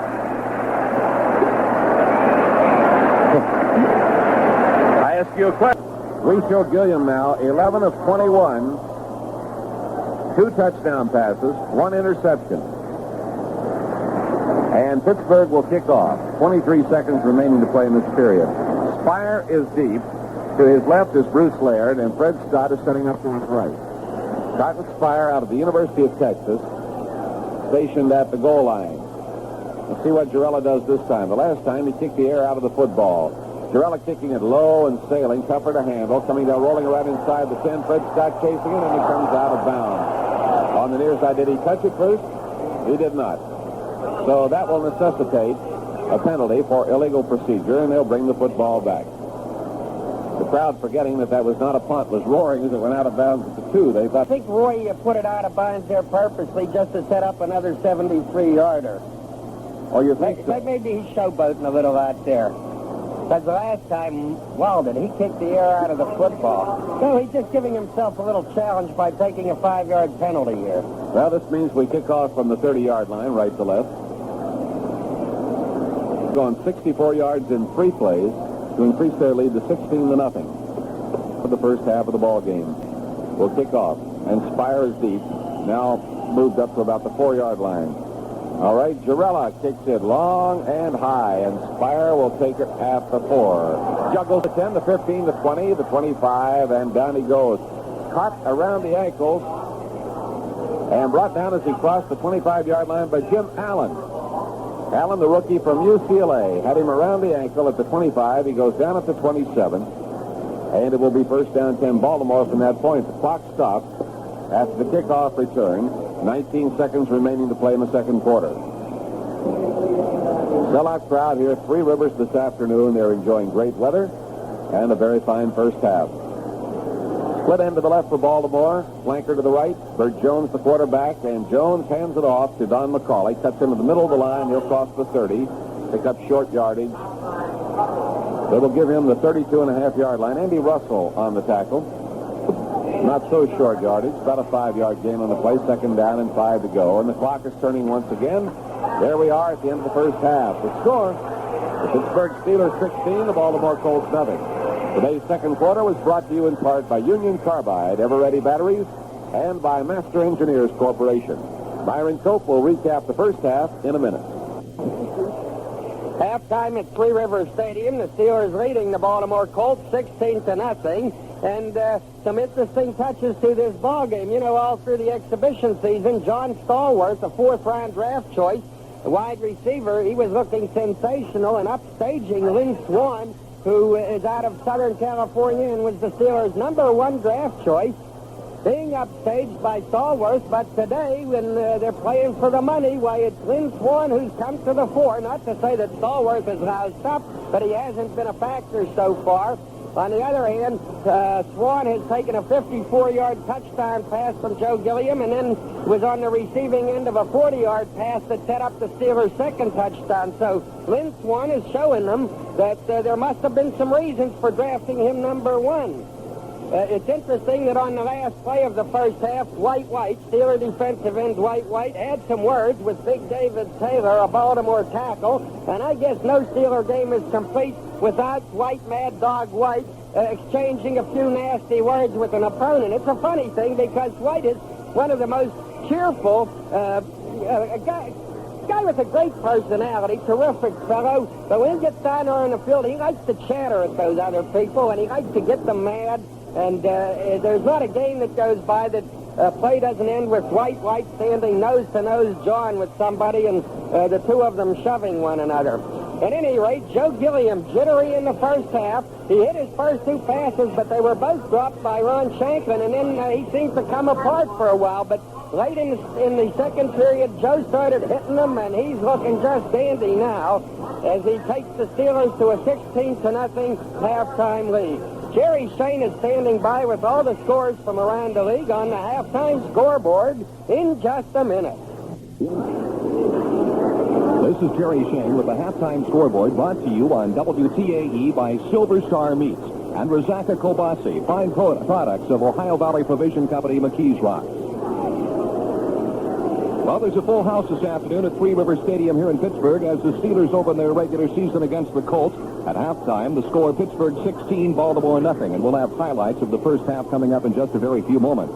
There are 11 other NFL season openers on tap this afternoon, and we do have some scores in so far. In the second quarter, Cleveland leading Cincinnati 7-0. After a quarter of play, New England 17, Miami 7. And after a quarter, Washington 7, the Giants 1. And other games on tap this afternoon, Detroit at Chicago, Minnesota at Green Bay, San Francisco at New Orleans, Philadelphia at St. Louis, San Diego at Houston, Dallas at Atlanta, the New York Jets at Kansas City, and Los Angeles at Denver. And as we said before, we're at halftime of the Steelers-Colts game from Three Rivers Stadium this afternoon, and that score, Pittsburgh 16, Baltimore 0. More on the halftime scoreboard in just a minute. Now for highlights of this afternoon's Colts-Steelers game from Three Rivers Stadium. Pittsburgh won the toss this afternoon and received the kickoff. After 2 pass attempts by Jefferson Street Joe Gilliam, the Steelers were forced to punt. Colts quarterback Marty Domrays completed the first pass of the game to wide receiver Wayne Dowdy. But the Colts were forced to punt because of a 15-yard penalty for holding. The Steelers were forced to punt again after Gilliam threw 3 more incomplete passes. But here's what happened on that punt. There it is, the deep man. And the punt is very high, sailing, and it's coming down to... And it's Laird trying to catch the ball, and it gets away from him, recovered by the Steelers. Laird was vying with Nelson Muncie for the ball, and it bounced off his chest, and Reggie Garrett climbed on it for the Steelers at the 46-yard line, and that's where Pittsburgh has it. The Steelers turned the Colts fumble into a Steelers field goal, and here's how that happened. The ball will be held at the 21-yard line, a 31-yard attempt. The ball is down, Jarella boots it, and it is good. The score, the Steelers 3, the Colts nothing. Back after this pause on the Steelers Football Network. Hi, I'm John Gary, and I'll be opening the door to the vault of treasured music every day 3 to 7. WTAE, AM and FM, Pittsburgh. With just 2 minutes remaining in the first quarter, Gilliam threw a pass interception. Back goes Gilliam. Gilliam with lots of time, can't find anybody, runs out of the pocket to the left, looking. There's an open man, Steve Davis. They converge on him, and he's knocked down, and the ball is intercepted. With 34 seconds to go in the first quarter, Colts quarterback Marty Domrays was injured on a pass play. He was replaced by Bert Jones, a second-year vet. The first quarter ended with the Steelers 3, the Colts nothing. At the beginning of the second quarter, Baltimore punted, and it was fumbled by the Steelers' #1 draft choice, Lynn Swann. The Colts took over again. It was 3rd and goal to go. The Colts tried to make the first touchdown, but were shoved back by the Steelers for a 1-yard loss. It was then a 4th down and goal to go, and here's what happened. Baltimore at the 1. McCulley and Olds are the running back. 4th and 1 yard to go for the touchdown. Jones gives that ball off to Olds, and he is stopped. The Steeler defense stopped it dead. Hitting up the middle. Everybody was there. And so the Colts failed to make the first touchdown of the game. The Steelers came back with a 99-yard drive and scored off a long pass from Gilliam to Lynn Swann. Here's Gilliam from the pocket, firing downfield. There goes Swann, puts it in at the 5, touchdown Pittsburgh. The extra point was good. The score, the Steelers 9, the Colts nothing. And the Steelers scored again with seconds remaining in the first half. Gilliam threw another bomb to wide receiver Frank Lewis. Here's Gilliam rolling right, throwing to Frank Lewis, and he takes it for the touchdown. Gilliam ended the first half with 21 pass attempts for 11 completions. This is Jerry Shane. We're at halftime of the Steelers-Colts game with the score Pittsburgh 16, Baltimore nothing. And I'll be right back. What's a cookout without hot dogs, right? And while you're about it, you might just as well make sure you're serving hot dogs from the Silver Star Cookout Smorgasbord. Now, there's a selection of hot dogs that has versatility. Made by Ohio Valley Provision Company right here in McKees Rocks. The Silver Star Hot Dog Smorgasbord starts with a traditional hot dog, moves on to the foot-long hot dogs, and manages to include the old-fashioned natural casing hot dogs. And for good measure, Slovenian sausage and the indispensable Rizaka Kobasi. And if you're fond of after-the-game snacking, try Silver Star German-style Brunschwager, made for the true Brunschwager fan. And anytime you want to perk up those dinner-time appetites, put the super name Silver Star on your family table. With a Silver Star ham, which, like all Silver Star meat products, is made fresh daily by Ohio Valley Provision Company in the Keys Rocks and delivered fresh to your neighborhood. Well, as we said before, there's a full house this afternoon at Three Rivers Stadium for the Steelers' season opener against the Colts. And at halftime, the score Pittsburgh 16, Baltimore nothing. 11 other NFL season openers on tap for this afternoon, and we do have some partial scores in. After 2 quarters of play, Cleveland 7, Cincinnati nothing. In the first quarter, New England 17, Miami 7, and after a quarter of play, Washington 7, the Giants 1. Also these scores, after a quarter of play, San Francisco 7, New Orleans nothing, and after a quarter of play, Philadelphia 3, St. Louis nothing. In other pro football news this afternoon, the Steelers said late last week a trade was unlikely for Terry Bradshaw, who said earlier last week he wanted to leave Pittsburgh. He said he wasn't interested in the World Football League, but wouldn't mind being traded to some other NFL team. Terry's upset because he's no longer the starting quarterback. In fact, he says it's tearing his guts out. The starting job has been turned over to second-year vet, Joe Gilliam, after his excellent performance in the preseason. Gilliam was asked last week if the pressure of his position bothers him. Pressure, I said a lot of times, is a state of mind, and I try not to worry too much about things that are happening around me other than just playing football. And I think other people will take care of will make the situation pressure packed. All I'm going to do is just go out there and play ball. Steeler quarterback Joe Gilliam. A former Steeler quarterback, Jim Finks, the former general manager of the Minnesota Vikings, was named general manager of the Chicago Bears last week. Finks replaced George Hallis Jr., the son of the man who founded the team.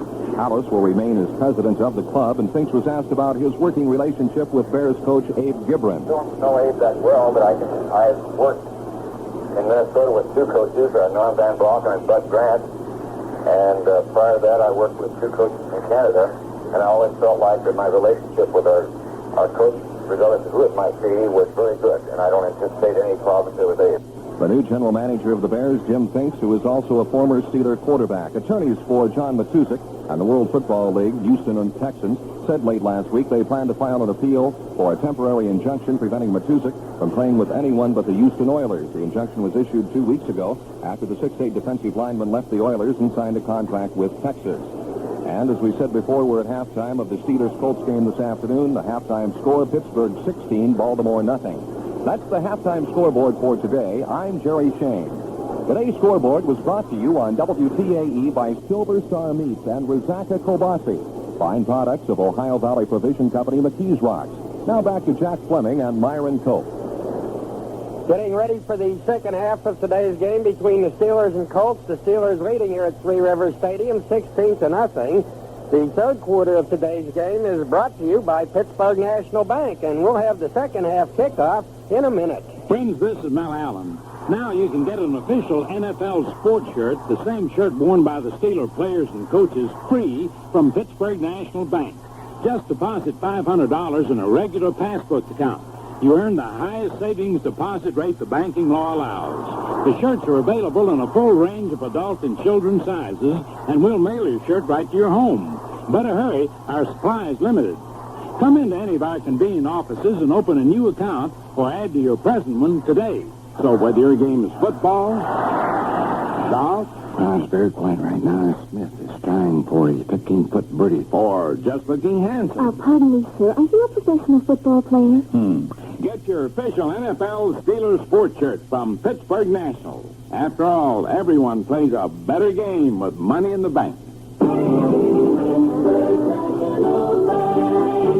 Remember, FDIC. In the box seats down below us, a fan just stood up and held up a banner, pretty cute. It said, New York got Joe Willie, Pittsburgh got Joe Gilly. And the first half stats are here now, the official stats, and we see that Joe Gilly was 11 for 21 for 163 yards. And the Colts did very little passing. Marty Darmrige, before being injured, threw 3 times, completed 1. And Bert Jones has thrown just once and completed that pass. Darmrige, of course, has gone to the hospital for examination of his right shoulder. Now, comparing the Nidell Mitchell-Franco Harris situation, Nidell has gone for 44 yards in 9 carries, averaging a nice 4.9 yards a carry.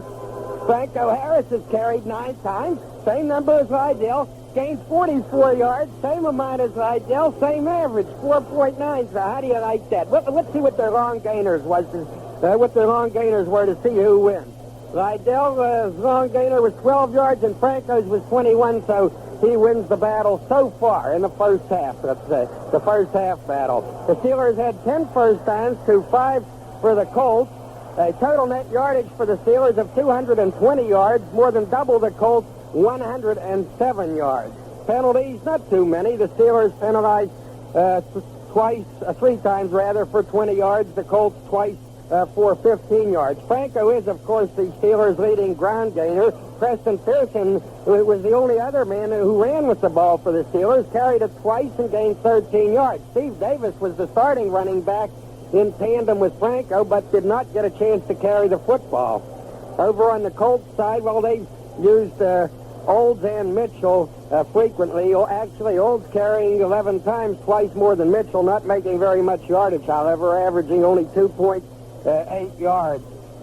And I was talking to Ernie Accorsi, the publicity director for the Colts, before the game, and he said, I do not think Howard Schnellenberger will go to Bert Jones, even if Darmrige is doing badly, because he said, we know this is a tough ball game, but we've got Philadelphia, New England, and some of those clubs coming up who aren't considered as tough as the Steelers.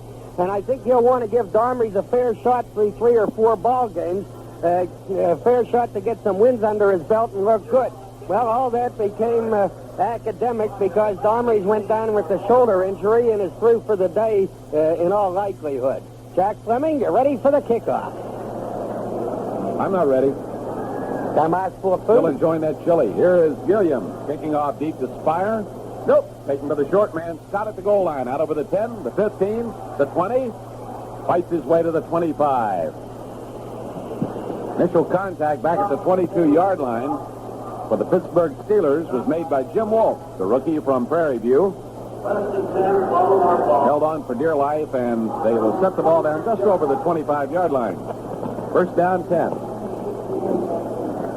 Teddy Colton of the McKeesport Bugle said that when the Steelers did not get out on the field in time, that Bradshaw and Gilliam were arm wrestling down in the dressing room to see who was going to get to start the second half. Marty Darmries is out there throwing, I do believe, Right. on the sidelines. Handoff goes to Bill Olds. He's going nowhere.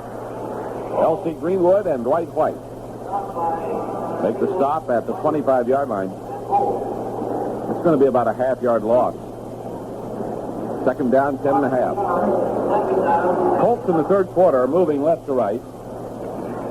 Steelers lead the ball game 16-0. Greenwood, Greene, Holmes, White in the front four. Ham, Lambert, and Russell are the linebackers. Thomas and Blunt on the corners. Wagner and Edwards are the safeties. Bert Jones, second-year man from LSU, quarterbacking Baltimore. Splits a man to the left, flanks his other receiver to the right, and hands it off to Olds, and Olds tries to wade through the middle. He'll get about 2 yards, and Ernie Holmes has him. The Colts are finding the center of the Pittsburgh defensive line extremely rough at this point. And the Colts keep trying to make hay on the ground. They threw only 4 passes in the first half and have not thrown yet in this second half on either first or second down. But now they're 3rd and 9, so we can look for them to put it in the air. Third down now and 10 yards to go. The ball is at the 26-yard line.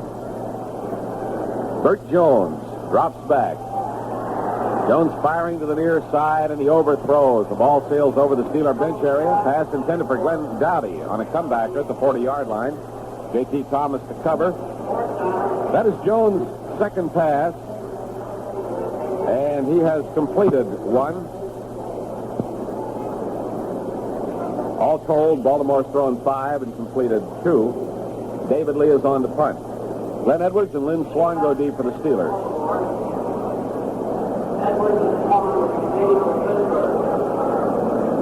David Lee is standing at the 10-yard line. Here's the snap. And he gets his punt away. Angling for the near sideline, spiraling. It is coming out of bounds on the fly. And it is caught down in the Steeler bench area. Fielded in fantastic fashion by Bobby Walden. I couldn't believe that. I had to check to see who that was. He did a little shuffle with his feet. I thought that was a rookie down there. Looked so light-hearted. 29-yard punt. Ball is marked in at the 45-yard line. Tom Leslie tells us there's a break in the action. We'll be right back. Hi, I'm Eddie, and I'm wearing my very own official NFL Steelers sports shirt. Well, of course you can't see it because this is radio. And what you're not seeing here is a really clean white sports shirt with the Steelers emblem and embroidery. This thing stitched right here where I'm pointing. My dad got it for me free from Pittsburgh National Bank. That's right, Eddie. And friends, you can get your free Steelers sports shirt by opening a regular passbook account with $500 or more at Pittsburgh National, or by adding $500 to your present account. You earn the highest savings deposit rate the banking law allows. Now, these shirts are available in a full range of adult and children's sizes, but you better hurry because our supply is limited. My dad says he's glad his money is working for him at Pittsburgh National. But I'm just glad he got me this shirt. Member FDIC.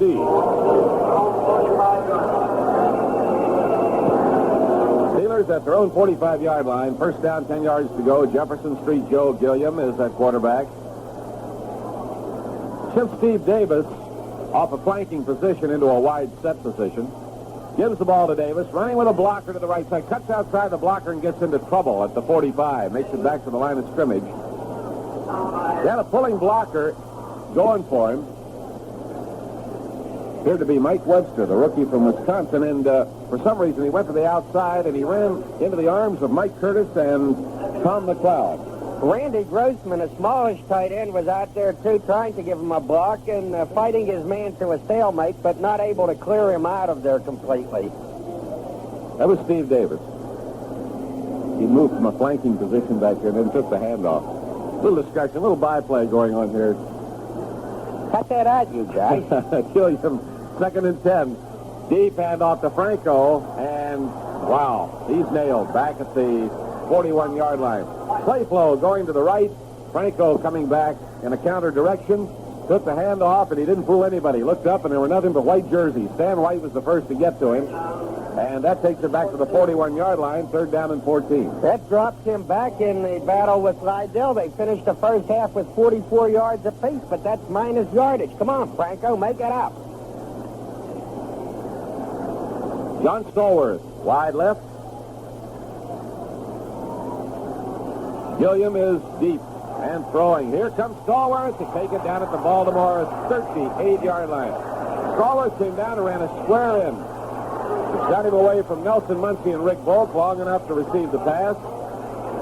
Volk and Muncie piled on him at the 38-yard line, and that was just a perfectly executed pattern and a perfectly thrown pass for a perfect play. But I'm not sure that Stallworth made a legitimate catch there. That ball in my field glasses may have bounced and come back up under his belly, and nobody thought, so I won't tell anybody.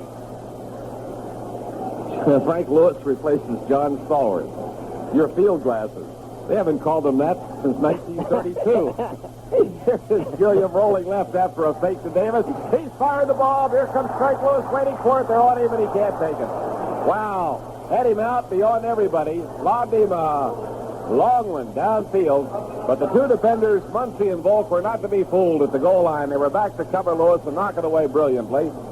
Nice fake that time by Gilliam to Steve Davis, then rolling left and uncorked that pass. I think it was just a little bit too high. Gave them too much time to get there. Yeah, either too high or too late. Lewis was clear for a moment or two, but Muncie and Volk recovered and were able to cover him like a blanket.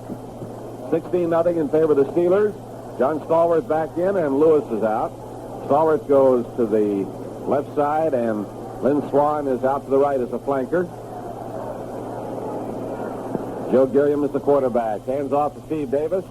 Up the middle. About 3 yards to the 36-yard line. Joe Ehrman out of Syracuse and Mike Curtis from Duke University make the stop. Ball is spotted at the 36. About a 2-yard gain. It'll be 3rd down and a short 8. Ball is in between the 35 and 36. Midway between the sideline stripes. Sun is shining brilliantly. You had to pick a day for football. The only one that I've seen better was that December day for a playoff game here when the weather was so nice. Man in the slot on the left side is Davis. Gilliam is back deep, and he fires to the open man. Davis at the 25. Runs for the football, loses control of it. It's loose, and it's ruled an incomplete pass.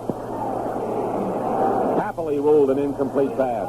Davis was wide open, all alone, and he just tried to take off without the football.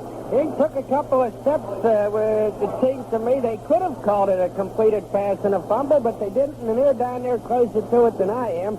So, okay, it's 4th down now, 8 yards to go, just beyond the Colts 35-yard line. So it's a 35 and a half. J.D. Fogarty says that as a result of the rule change, they're going to go for this. What does the rule change got to do with it? Huh? They're not going for a field goal. They're running on 4th and 8. Why not punt it out at the 2-yard line? Here's the long one down to Swan. He's blanketed. Can't take it at the goal line. Well covered that time. Fine defensive play by Doug Nettles. Baltimore will take it over. Well, there you see a strange turn of events. That would be ironic if that should turn this ballgame around. Well, what the rule change was for, to encourage people to take chances and open up the game some. There's a break in the action, and we'll be right back. Friends, this is Mel Allen. Now you can get an official NFL sports shirt, the same shirt worn by the Steeler players and coaches, free from Pittsburgh National Bank. Just deposit $500 in a regular passbook account. You earn the highest savings deposit rate the banking law allows. The shirts are available in a full range of adult and children's sizes, and we'll mail your shirt right to your home. Better hurry, our supply is limited. Come into any of our convenient offices and open a new account or add to your present one today. So whether your game is football, golf, It's very quiet right now. Smith is trying for a 15-foot birdie. or just looking handsome. Pardon me, sir. Are you a professional football player? Get your official NFL Steelers sports shirt from Pittsburgh National. After all, everyone plays a better game with money in the bank. Member FDIC. Steelers on 4th and 8 just went for it on a pass play. And we're debating it here. The field goal is out of the question, obviously, that distance. And yet, why not Bobby Walden kicking for the coffin corner? They would give it to him at the 20. We've given him at least 15 yards. And they take over at the 35. That one will be debated for a while. Back goes the quarterback. Bert Jones fires long downfield and incomplete. At the Pittsburgh 26-yard line, Glenn Dowdy was the intended receiver. J.T. Thomas had him covered like a blanket. 6 passes, 2 completed for Baltimore. You know, J.T. is doing a very good job on Dowdy, who was their leading pass receiver last year with 26 catches. That's not a lot of catches for a leading pass receiver, but nonetheless, he's a threat. And J.T. is sticking with him step for step. Out of the huddle come the Baltimore Colts. Bert Jones is the quarterback. Jones drops straight back. They're after him. He's running forward, and he's nailed by Ernie Holmes from behind, but they throw him almost back to the line of scrimmage. L.C. Greenwood gets into it. Jones running forward, and Ernie just took him and flung him to the ground. Greenwood, he flung him. I think L.C., because he was the last guy at him, would probably get credit for the tackle, and Ernie Holmes is sitting there pounding the ground like, golly, I wanted that sack. I lose that sack to the guy in the gold shoes, and he's pounding the ground like a baby having a tantrum. Pat He did. can't get a sack. He picked up a yard on the play. Oh, my goodness. Well, then what do you bad about that? McCulley and Mitchell are the running backs now. And Jones is back to throw, straight down the middle. And we're going to get a flag. Oh, Glenn Edwards coming over the back of Ray Chester. That's the first time I think they've thrown to Chester all afternoon. Raymond Chester was the intended receiver. Glenn Edwards came over his back, and they rule interference. And that moves the ball to the 49-yard line. That amounts to 13-yard penalty with the first down. New England has moved out to a 24-10 halftime lead over the Miami Dolphins. Cleveland 7, Cincinnati 7 at halftime. Washington 13, the Giants 3 at halftime. Strange things are happening on opening day. Bert Jones fakes, is deep, firing down the far sideline, and knocked away at the Pittsburgh 16 by Mel Blunt, intended for Fred Scott. Scott was well covered once again by Blunt, the fifth-year man from Southern U. They were right at the sideline, and the ball was knocked away incomplete. Jones, when he came to Baltimore, was supposed to be the greatest thing to hit the city since National Bull arrived there about 100 years back. Well, This afternoon, he hasn't proven it yet. he had a great exhibition year last year, and they took a chance on him and opened the season with him, but he got buried. Baltimore 2nd and 10. Jones drops back. Throws over the line of scrimmage off the fingertips of Bill Old. At the Pittsburgh 39-yard line, Andy Russell to cover. A little bit high. Olds could not hold it, and I think probably that should have been a good catch. Well, the Steelers are trying to terrorize young Jones. That time they had Glenn Edwards working the safety blitz, and he came flying, I'll tell you, but just an instant too late to nail it. Marty Domrey's is on the sidelines once again. Whether he'll re-enter this ball game, we don't know. X-ray is on his injured shoulder, negative. Jones back deep. Throwing out to the far side, and he completes it to the Steeler 42-yard line to Ray Chester. So that's the second pass thrown to Chester. That one's successful. Mel Blunt and Glenn Edwards cover the play, and I think they're just short of a first down by less than a yard. Bring up fourth down and a half yard to go. Don McCauley coming in with the play. So now Baltimore apparently is going to go for it. And the crowd is chanting defense. The problem here in stopping them on this fourth down play is a little more difficult than it was down at the 1 yard line. They've got more operating room. Handoff. Carried off the right side by Bill Olds, and he has the first down at the 40-yard line. Coming outside right tackle, Jack Lambert and Andy Russell stop him as he lumbers forward to the 40, and that will give them the first down. Number 7 of the afternoon for the Baltimore Colts. It started at the Baltimore 36-yard line when we went on fourth down for a 4th and 8 situation. A pass play that was broken up at the goal line intended for Lynn Swan. And Baltimore now has moved the ball to the Pittsburgh 40. 16-0 in favor of the Steelers. Baltimore in the I formation. Lydell Mitchell at the top of the I. The fake to Mitchell. And now Jones throwing downfield, completes it to the Pittsburgh 20-yard line, and the receiver, Glenn Dowdy, is belted by Jack Lambert. Dowdy pulls it in, holds onto the football, goes down at the 18-yard line, and the Colts have us in trouble. They're at the Pittsburgh 18, first down and 10 yards to go. And you've just seen why I call him Jack Flash. Except that I think he got hurt worse knocking that guy down than the other guy. He was slower getting up, Lambert was. He hit him a considerable lick. Considerable. 7:20 to play in the third quarter. 16-0, Pittsburgh. Baltimore at the Steelers 18. Bert Jones throws wide, intercepted at the 9-yard line. Here we come. Mel Blunt coming across the field up over the 20, the 25, the 30, and down he goes.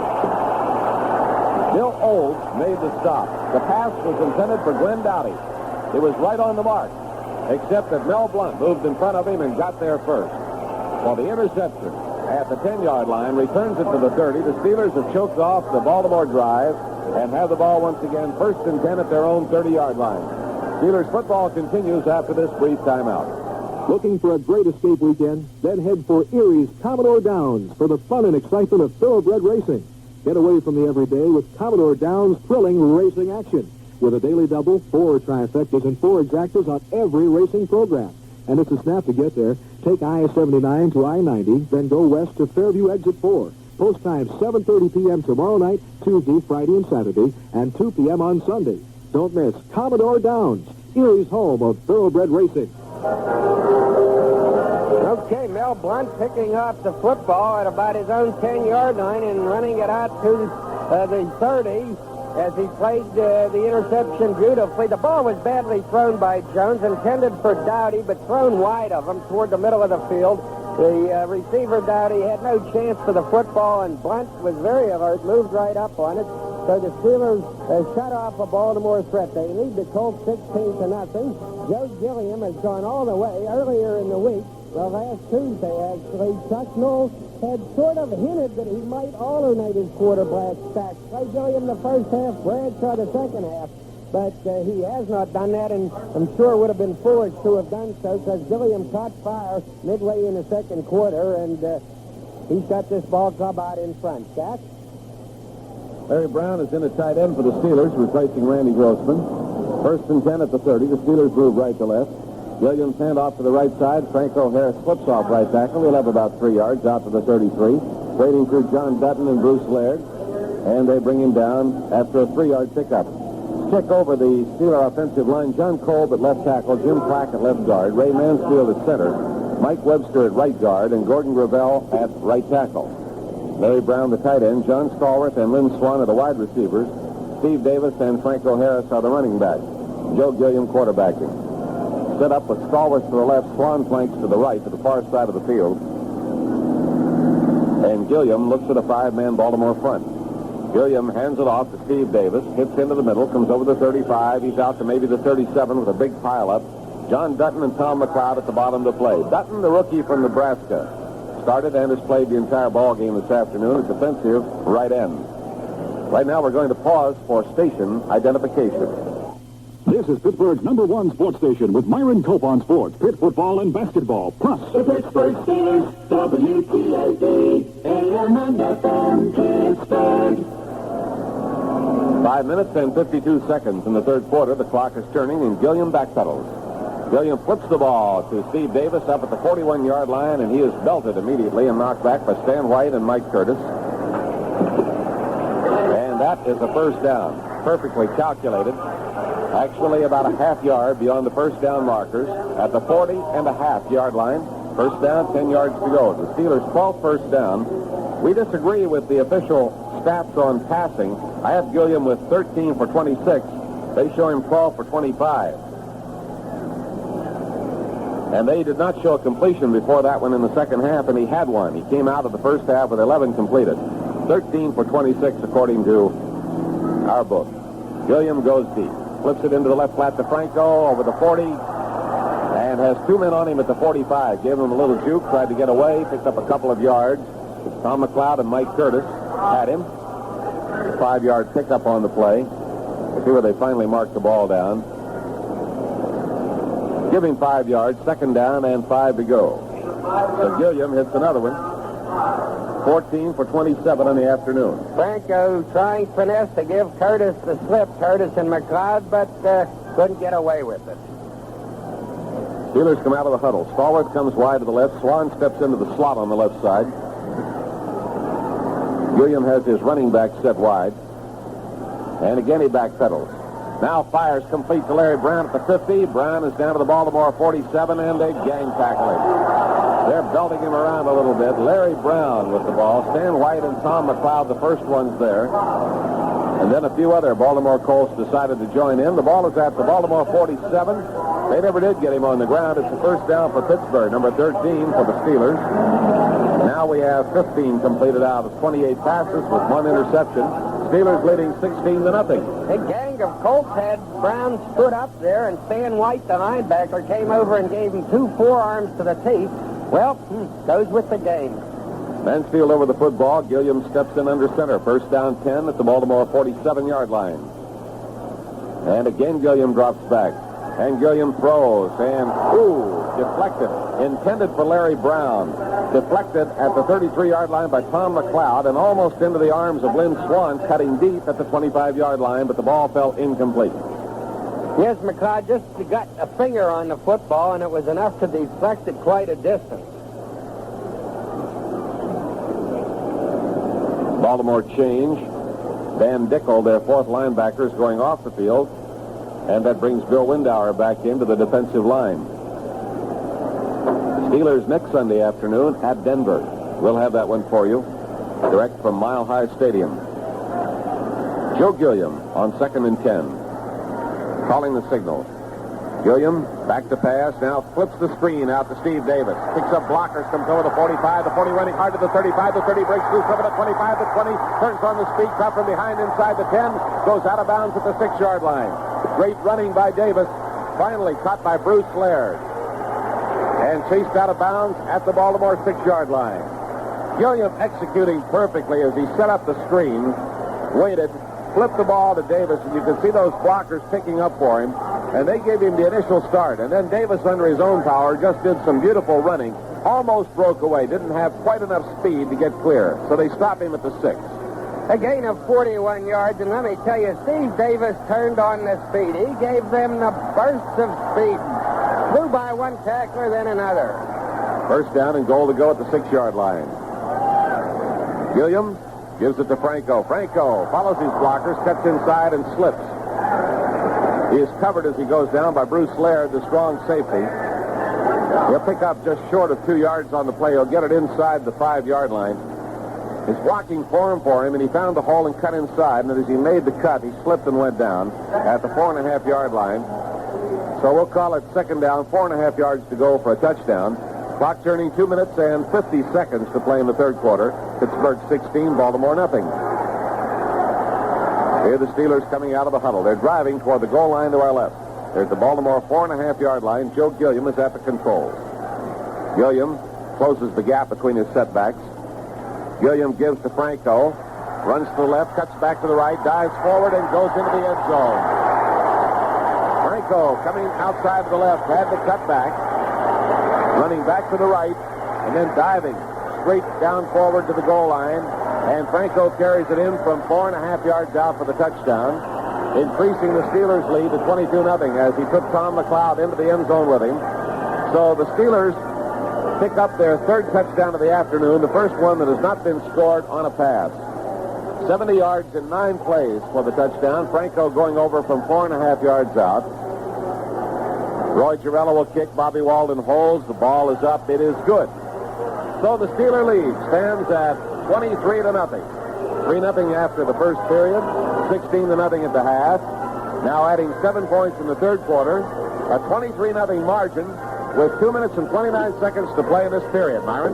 Well, that was great running by Franco because he was zigging and zagging his way from the 4.5-yard line in heavy traffic. That's tough territory to be giving it the fancy dance stuff, and then to get across the goal line, he just gave it the strong arm job, stuck his head in and pulled his way across that goal line, just making it. And Franco is giving indications that he's in for a big year. He has been running very nicely today and showing some...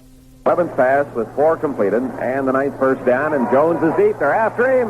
They've got him. He fumbles the football. It's loose on the turf. Steelers go after it, and they pick it up, and the Steelers have it. I believe they're still fighting for it. Steelers ball at the 30-yard line.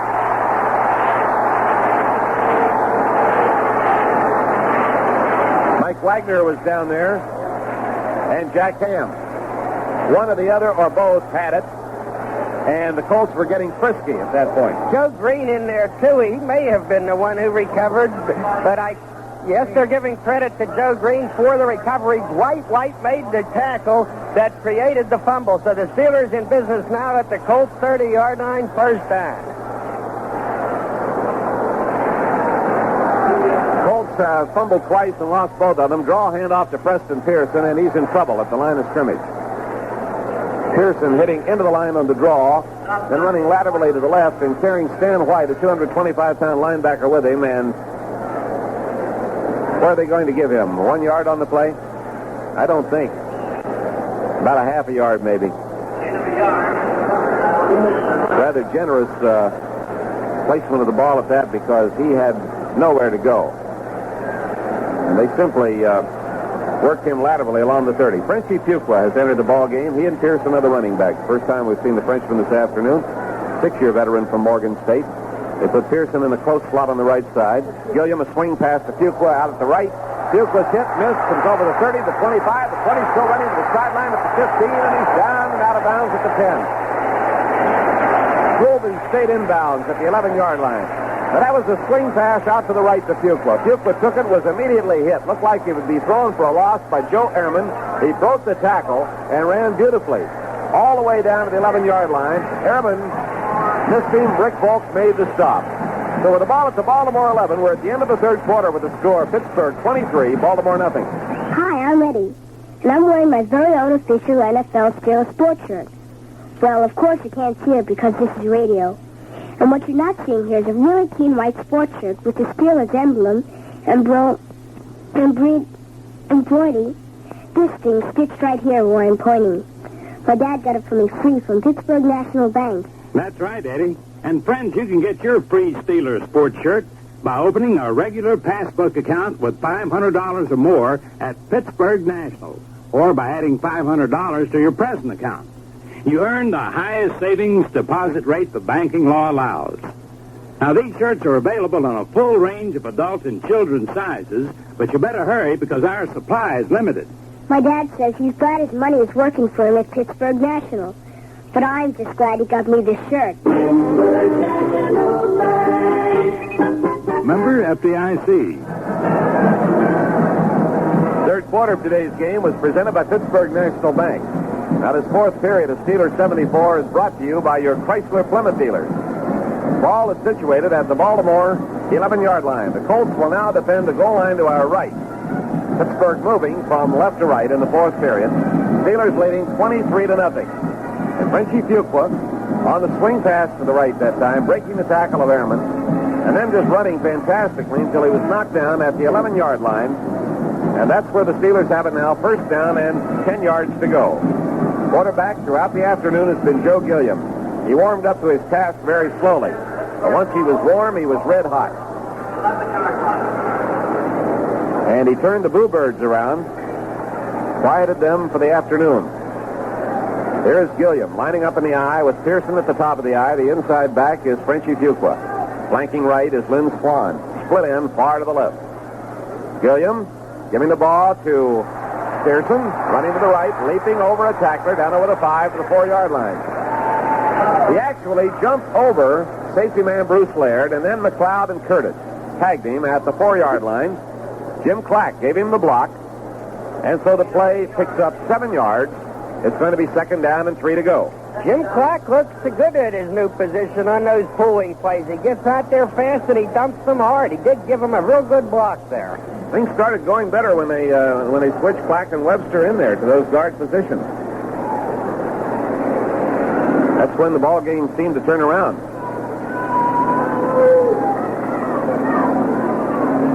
Second down and 3 at the 4-yard line. Gilliam calling the signals for the Steelers. Gives the ball to Fuqua off left tackle, dives into the end zone, touchdown. The Frenchman carries the ball in from 4 yards out. Vive la France. Going off the left side.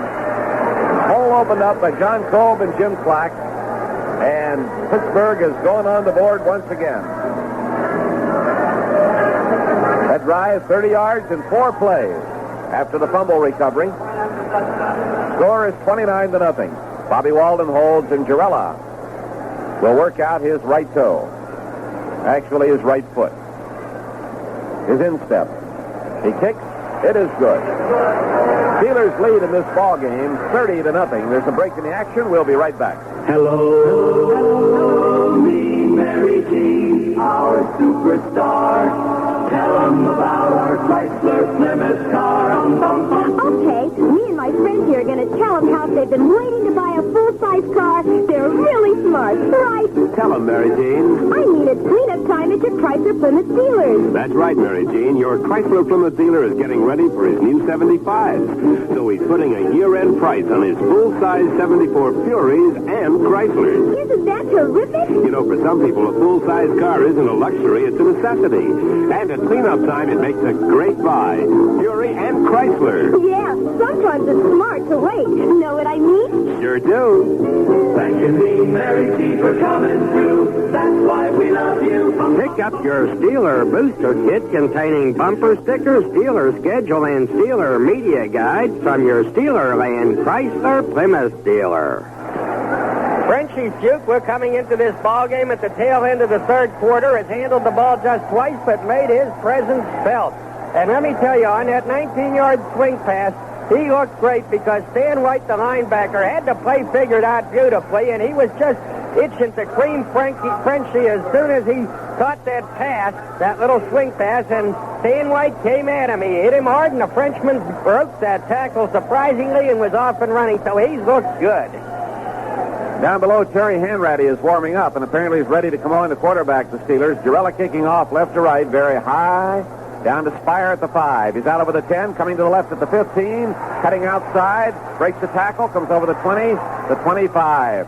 He broke away from Lauren Taves, came over the 25 to the 26, was nailed by Donnie Shell.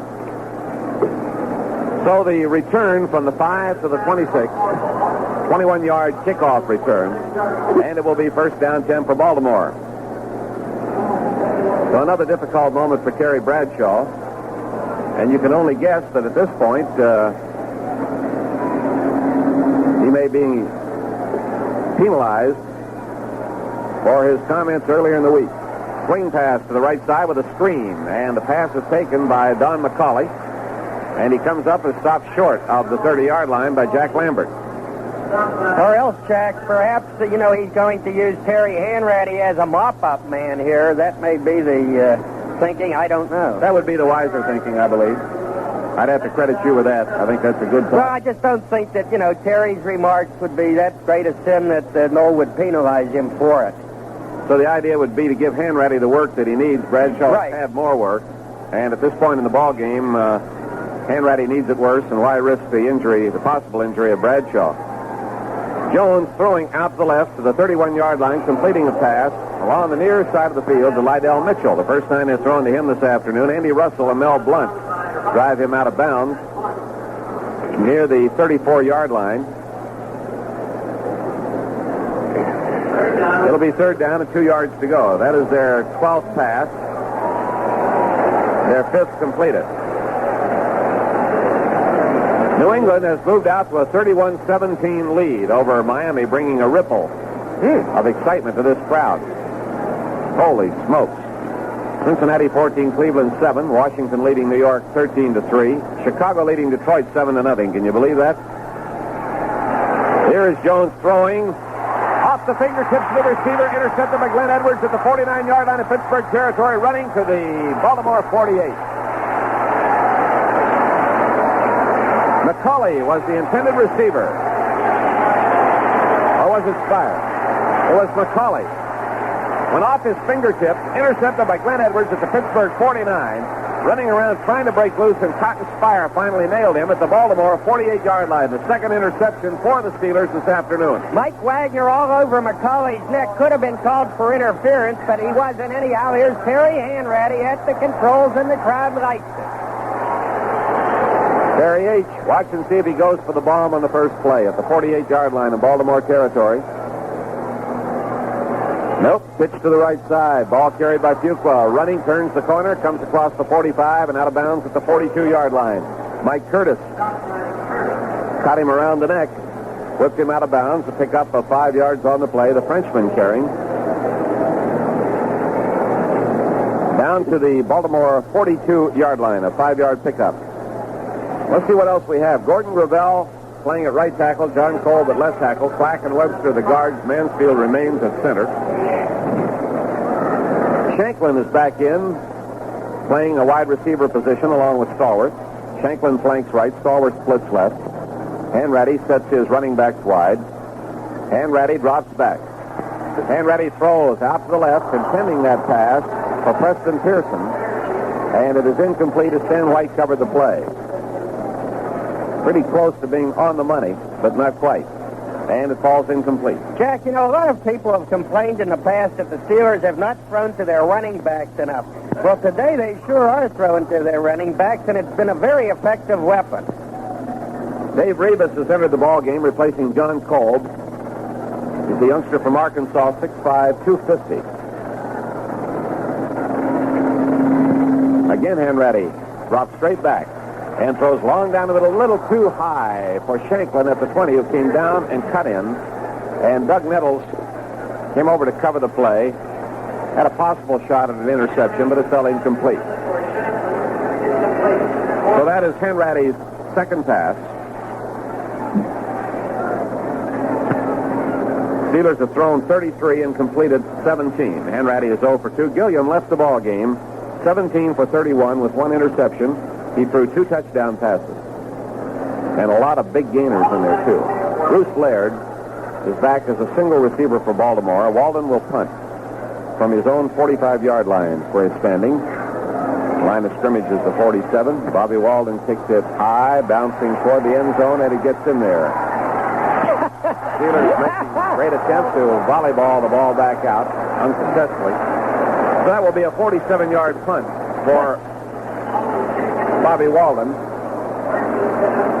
Is that volleyball they were playing down there? Ronnie Shell batting it out of the end zone to somebody else who batted it to somebody else trying to get it out before it hits the ground. But, men, that's wasted effort. There's a break in the action, and we'll be right back. Hello, me, Mary Jean, our superstar.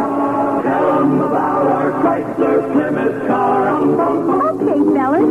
Based on combined figures for March through June, you know who's number 1 in small car sales? We are. Please tell us some more. I mean, America's best-selling small cars come from Plymouth. We outsold Pinto, Vega, VW, Mustang Coupe, and Datsun. We want to hear it all. Well, small wonder we're number 1. Duster, Valiant, and Scamp are the common sense cars. Small outside, big inside, and economical all over. And they're all clean-up priced at your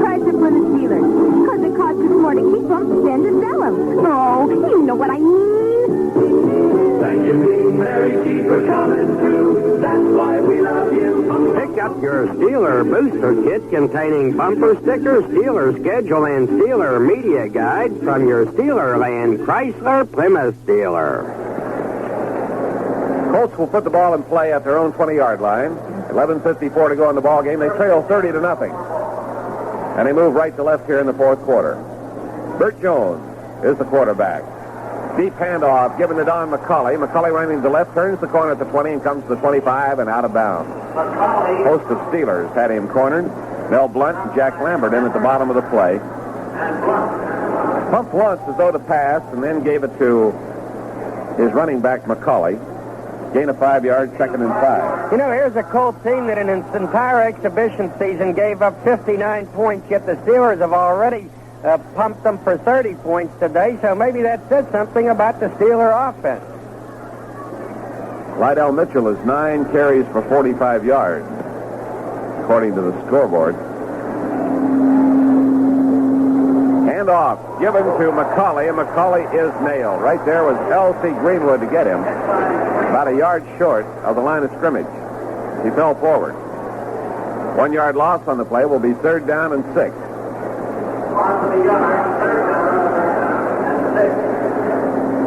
McCauley going out of the ball game. And they come in with a new running back.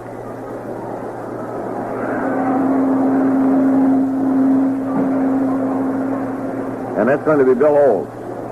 Olds and Mitchell set wide. Jones drops back. Jones is hit, and down he goes at the 11-yard line. White, Joe Greene. Greene was there first, according to Lou Breck, at the 11-yard line. And White's hollering at Joe Greene. He's saying, throwing you anyhow. He was coming in from the blind side, and Joe just beat him to the quarterback. Gotcha, says the scoreboard. Whoosh! And the picture comes up with a quarterback being thrown all over the place. White targeted George Perlis as he comes off the field. Those two are something else. They have more fun. White shaking his head. He was pointing to his own chest and saying it was my tackle. David Lee punting from his end zone. They are something else. Lee kicks it very high and wobbly. And we want a fair catch. No going to let it bounce. Swan picks it up on the bounce.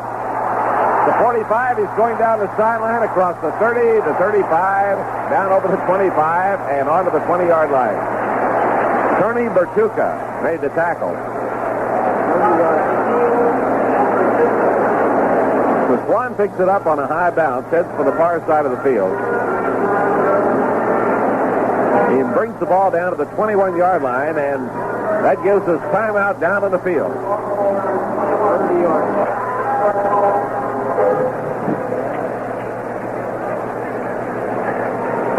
Steelers have the football now at the Baltimore 21-yard line. 1st down, 10. Terry Hanratty is the quarterback. Preston Pearson and Frenchie Fuqua shift out of the I formation.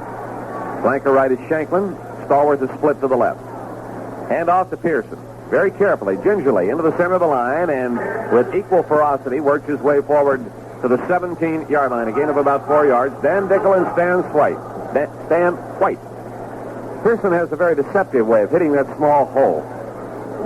And if he finds it, manages to turn on the power. Look out. He made about 5 yards on that one. 2nd down and 5. 16.5-yard line. Hanratty sets his running backs wide, and Terry drops back to throw. Looks into the end zone, throwing for Shanklin. It's a little bit out of his reach. Shanklin, covered by Nettles, managed to get a step beyond him, but the pass coming toward the near side into the corner of the end zone. Just out of his reach at the sideline. Falls incomplete. 48,890. Look, I thought we had 50,000. We had a few no-shows, Byron. Yeah, a little over 1,000 no-shows. You're going to have to check up on your house count. Hanratty is 0 for 3. Yeah, but I was talking about no-shows. No-shows.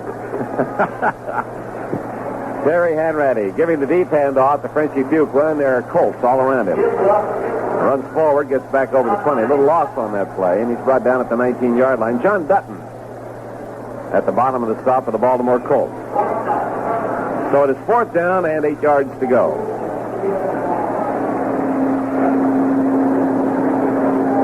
And the Steelers are going to go for it. Colts have come back on the field with Dan Dickel. I think they may have 12 men. They do. They got men. Now they got 2, 4, 6, 8, 10, 11. They have 13 men out there. A flag has been dropped. Here's Hanratty firing into the end zone, and what a catch that was. No, it's an interception. What are they going to rule it? Stallworth was going after it. The defensive man came over and came up with the football.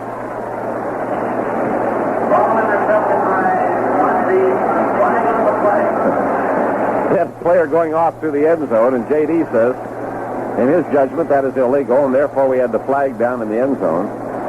Well, that man had that flag down as soon as he left that end zone there. Illegal procedure against the Baltimore Colts. They had 13 men out there. They had one going off at the end, one going off at the side.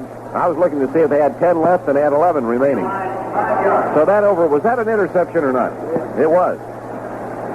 So that great defensive play is overruled. Those two were really scrambling after the football. Baltimore's third penalty. They have been hit for a total of 25 yards. Takes the ball to the 14-yard line. It is 4th and about 2.5 yards to go. Larry Brown is in at tight end. We deploy Shanklin to the right, Stallworth to the left, and set the running backs wide. Quarterback is Hanratty. Terry H. back to throw. Lobs it to Shanklin in the end zone, and it's broken up by Doug Nettles. Pass was right on the money, but Nettles, the rookie from Vanderbilt, played the defense perfectly, broke up the pass, incomplete. Colts will take over the football. That Doug Nettles, incidentally, is not related to defensive back Al Nelson of the Nettles of the Philadelphia Eagles, although, and come to think of it, I think that Nettles was cut recently by the Eagles.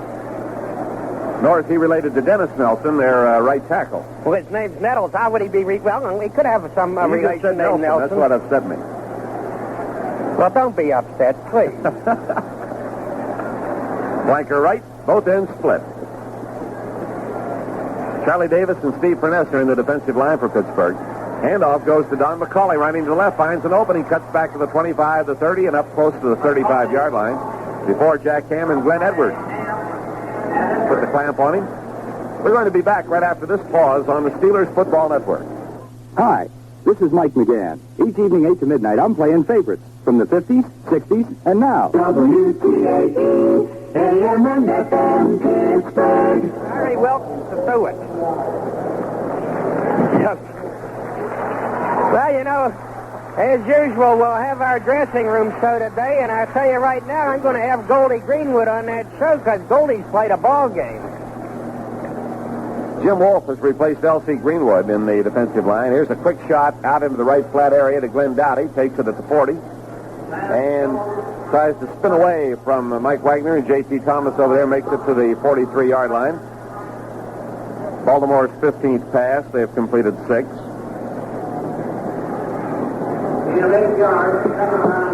Again, it'd be interesting to get the stats on the ball game up to the point where Chuck Noll started to go liberally with his bench.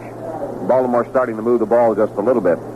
They've been pretty much hogtied throughout the afternoon in a 30-0 shutout game up to this moment. 2nd down 1. Second-year man Bert Jones is going back deep to throw, and they're after him. He gets his pass away. Look out, there's a receiver, and he overshoots him. Glenn Dowdy managed to get beyond J.T. Thomas and Mike Wagner down inside the Pittsburgh 20, but could not reach that pass. It was overthrown.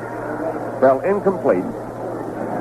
And so it will be 3rd and 1. And that, I believe, is the only time today that Dowdy has been able to elude J.T. Thomas, who had been covering him beautifully. Well, maybe J.T.'s losing interest a little in this ball game. Most of the crowd is hanging in for the full slaughter.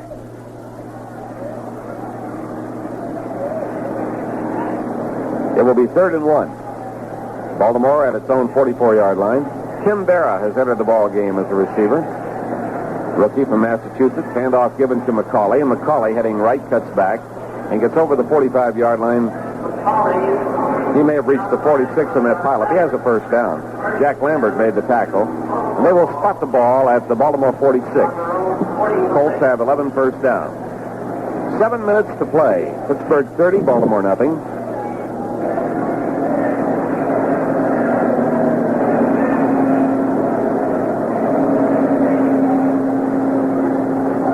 Charlie Davis, Steve Furness, Jim Wolfe, and Dwight White are in the defensive line, and here is the quarterback firing, complete to the Pittsburgh 46-yard line. Andy Russell with the grab on Raymond Chester. Chester came down and hooked just a bit.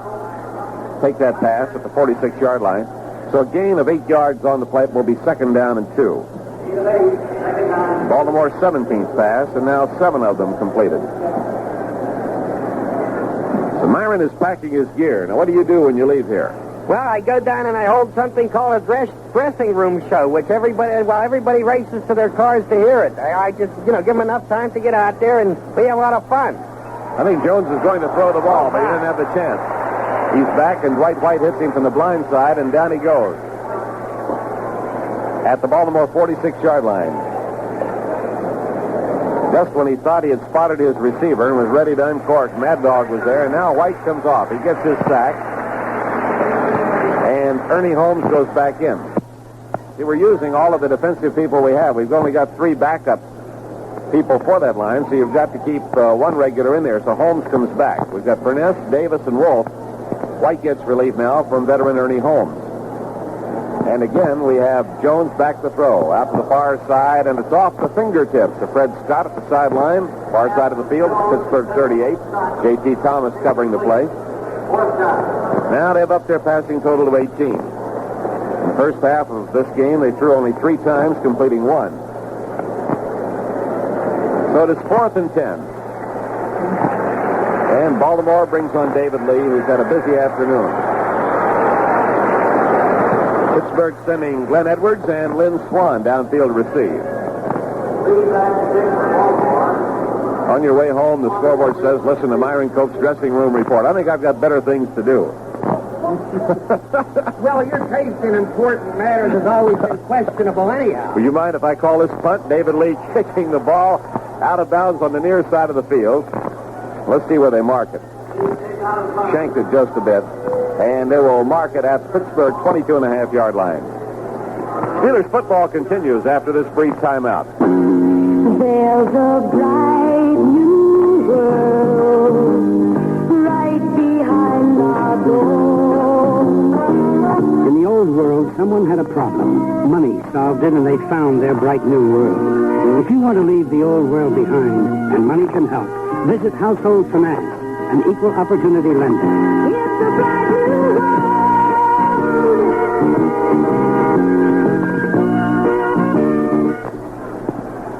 1st and 10 for the Steelers at their own 22. Hanratty gives the ball to Pearson, trying to find an opening, running to the left, now coming back to the right. He'll try to get outside, now cuts straight up the middle, and he comes to the 24-yard line. Preston, running to the left, found nowhere to go, came back to the right, saw them closing in on him, and headed upfield. John Dutton and Bruce Laird made the grab on him at the 24 for a 2-yard gain. It will be 2nd down and 8 yards to go. Next Sunday afternoon, we'll be with the Steelers at Denver as they play the Denver Bronx.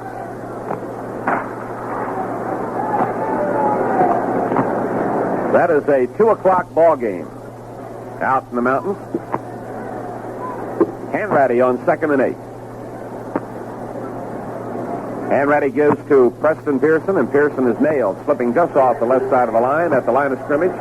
Hit by Mike Curtis and Tom McLeod, 2 linebackers.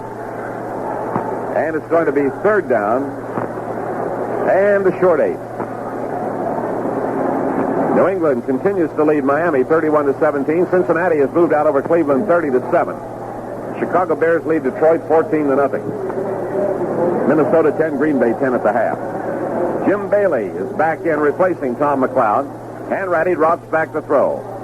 Terry down the middle to Shanklin, and he can't hold it. Diving for it at the 45-yard line. Ron Shanklin, covered by Rick Bull, can't hold it. It's incomplete. So Hanratty has tried 4 passes, none of which has connected. 4 minutes and 8 seconds remaining to play in the ball game. Pittsburgh 30, Baltimore nothing. Well, what has been a beautiful, sunshiny afternoon here in the Steel City. Bruce Laird is deep for Baltimore. Bobby Walden standing at his own 12-yard line. Walden takes the snap and gets the kick away. It's going to take Laird back all the way to his own 25, bobbles it, picks it up at the 24, and he's snowed under. They were down there to get him.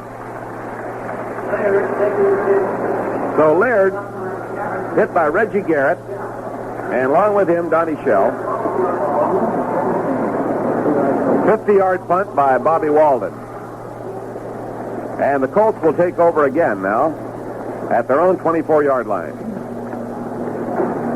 St. Louis leading Philadelphia 7-3 at the half. New Orleans over San Francisco 10-7 at the half. That's all we have in the way of scores at the moment. 1st and 10 for the Colts. They move right to left here in the fourth quarter. Bert Jones back firing. Far sideline, and he hits his target, but he comes down out of bounds. It's an incomplete pass at the Baltimore 45-yard line. Jim Allen and Mike Wagner over to cover, but came down out of bounds. Fred Scott, the receiver. We have Mel Blunt playing one corner. Jim Allen has been playing the right corner through the preseason. Has relieved J.T. Thomas on the left corner. Marv Kellum has entered the ball game, replacing Ernie Holmes. So we'll play with 4 linebackers now. Lauren Taves is in there in place of Andy Russell. Wagner and Edwards stay as the safeties. 2nd down 10. Handoff for Baltimore goes to Bill Olds on the cross buck. He's nailed short of the line of scrimmage. Taves in there to get him. And the play is stopped at the 22-yard line.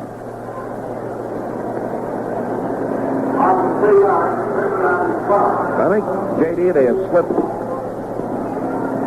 Well, we see Rivera is wearing 36. And we have John Andrews listed as 36. So Berra is wearing 84. They had some changes of numbers on both clubs for this initial game. Here is Jones in trouble, and he is sacked back at the 12-yard line.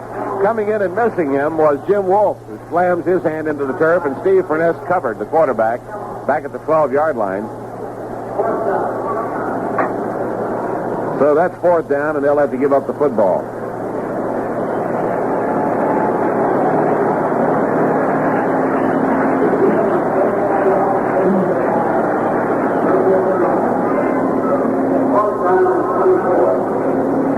Punt formation now. David Lee standing about 3 yards deep in his end zone. 2:52 on a turning clock. Pittsburgh 30, Baltimore nothing.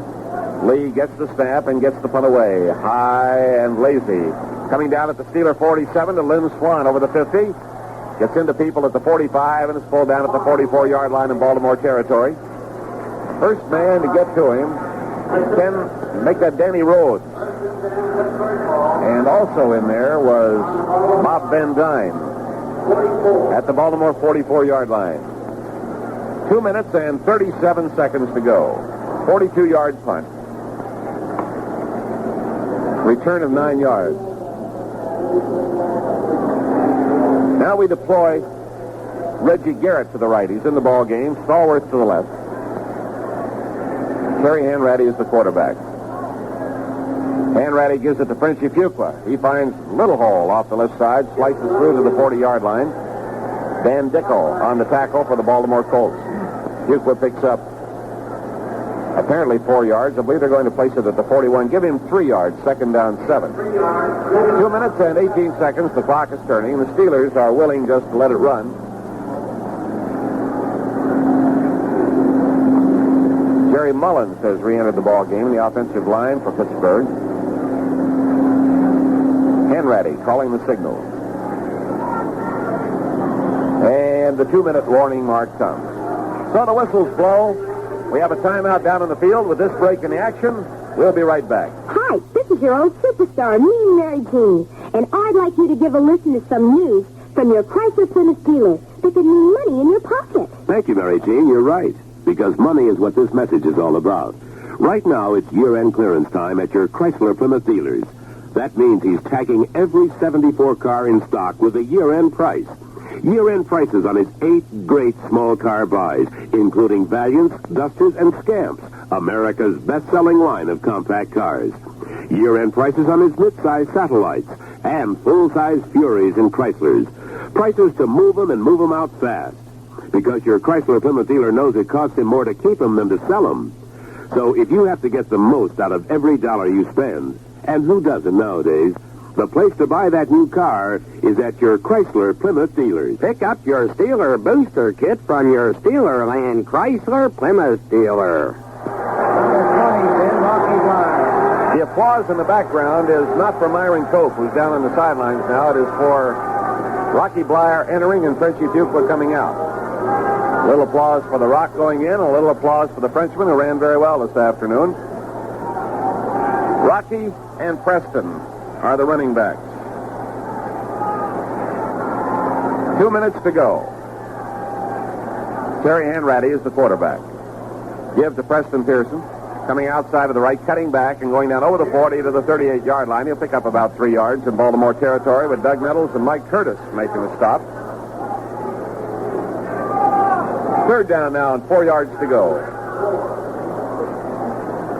Next week, we go on the air at 3:40 Pittsburgh time from Denver.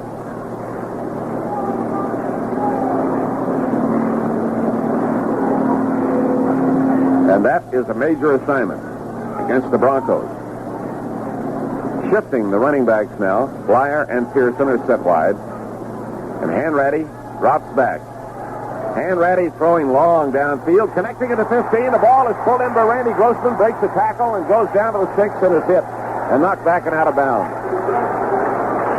Clock continues to turn because the ball was dead when he was hit at the 6-yard line long before he went out of bounds. Nelson Muncie hit him. That is the 18th first down for the Steelers. Hanratty getting his first completed pass of the afternoon.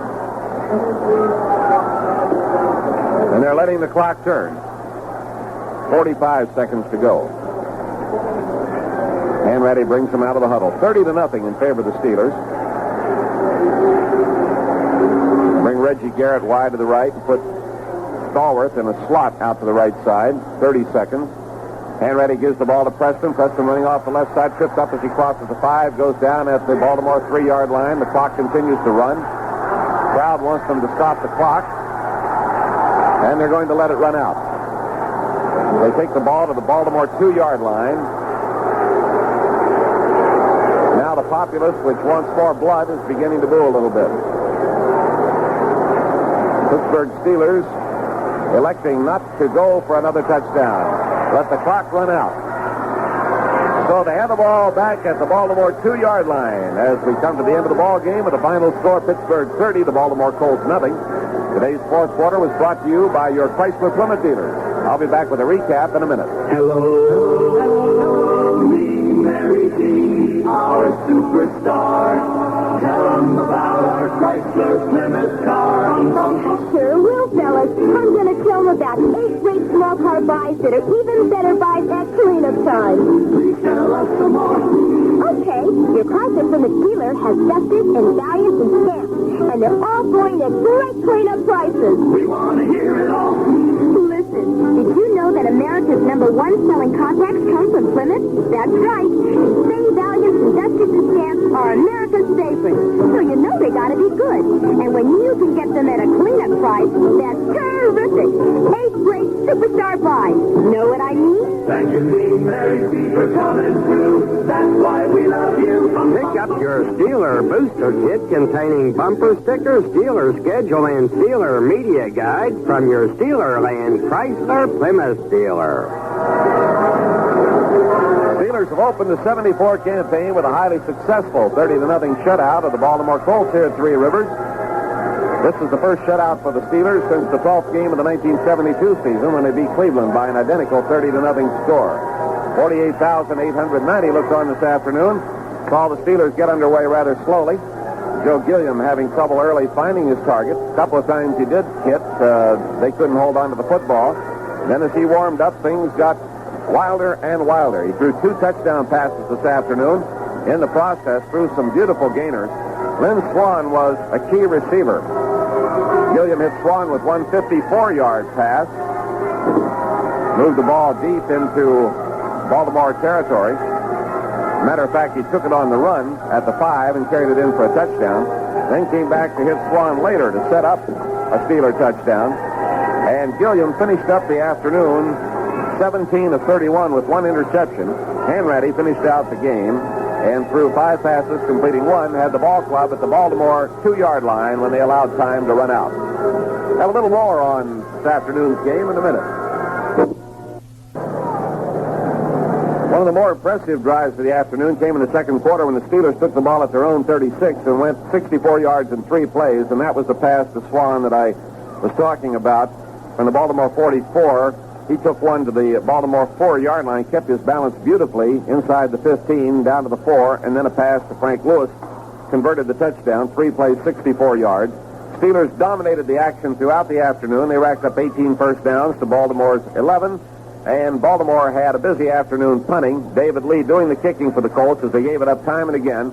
And possibly their biggest chance of the afternoon came when they went to the Steeler 7-yard line, first and goal to go. Ran it to the 2-yard line on the next play to the 1, and then had 2 shots from the 1, could not get it in. Steelers took over and dominated the game throughout. This afternoon, the Denver Broncos are playing the Los Angeles Rams. There's nothing up on the board on that game at the moment, which should be just about getting underway. Denver will be Pittsburgh's opponent next Sunday afternoon at Mile High Stadium in Denver. And the Broncos have been nothing but a nemesis for this team ever since they've been getting together. We'll be on the air at 3:40 next Sunday afternoon, Pittsburgh time, with play-by-play coverage of the Steelers and the Broncos. Here in our booth this afternoon, Lou Kreck has covered the Pittsburgh Steelers, J.D. Fogarty covering the Baltimore Colts. Our engineer has been Jeff Howe, our producer Tom Leslie. This is Jack Fleming reporting from Three River Stadium, where the final score again, Pittsburgh 30, Baltimore nothing. Jerry Shane is next with Pro Football Report on the Steelers Football Network.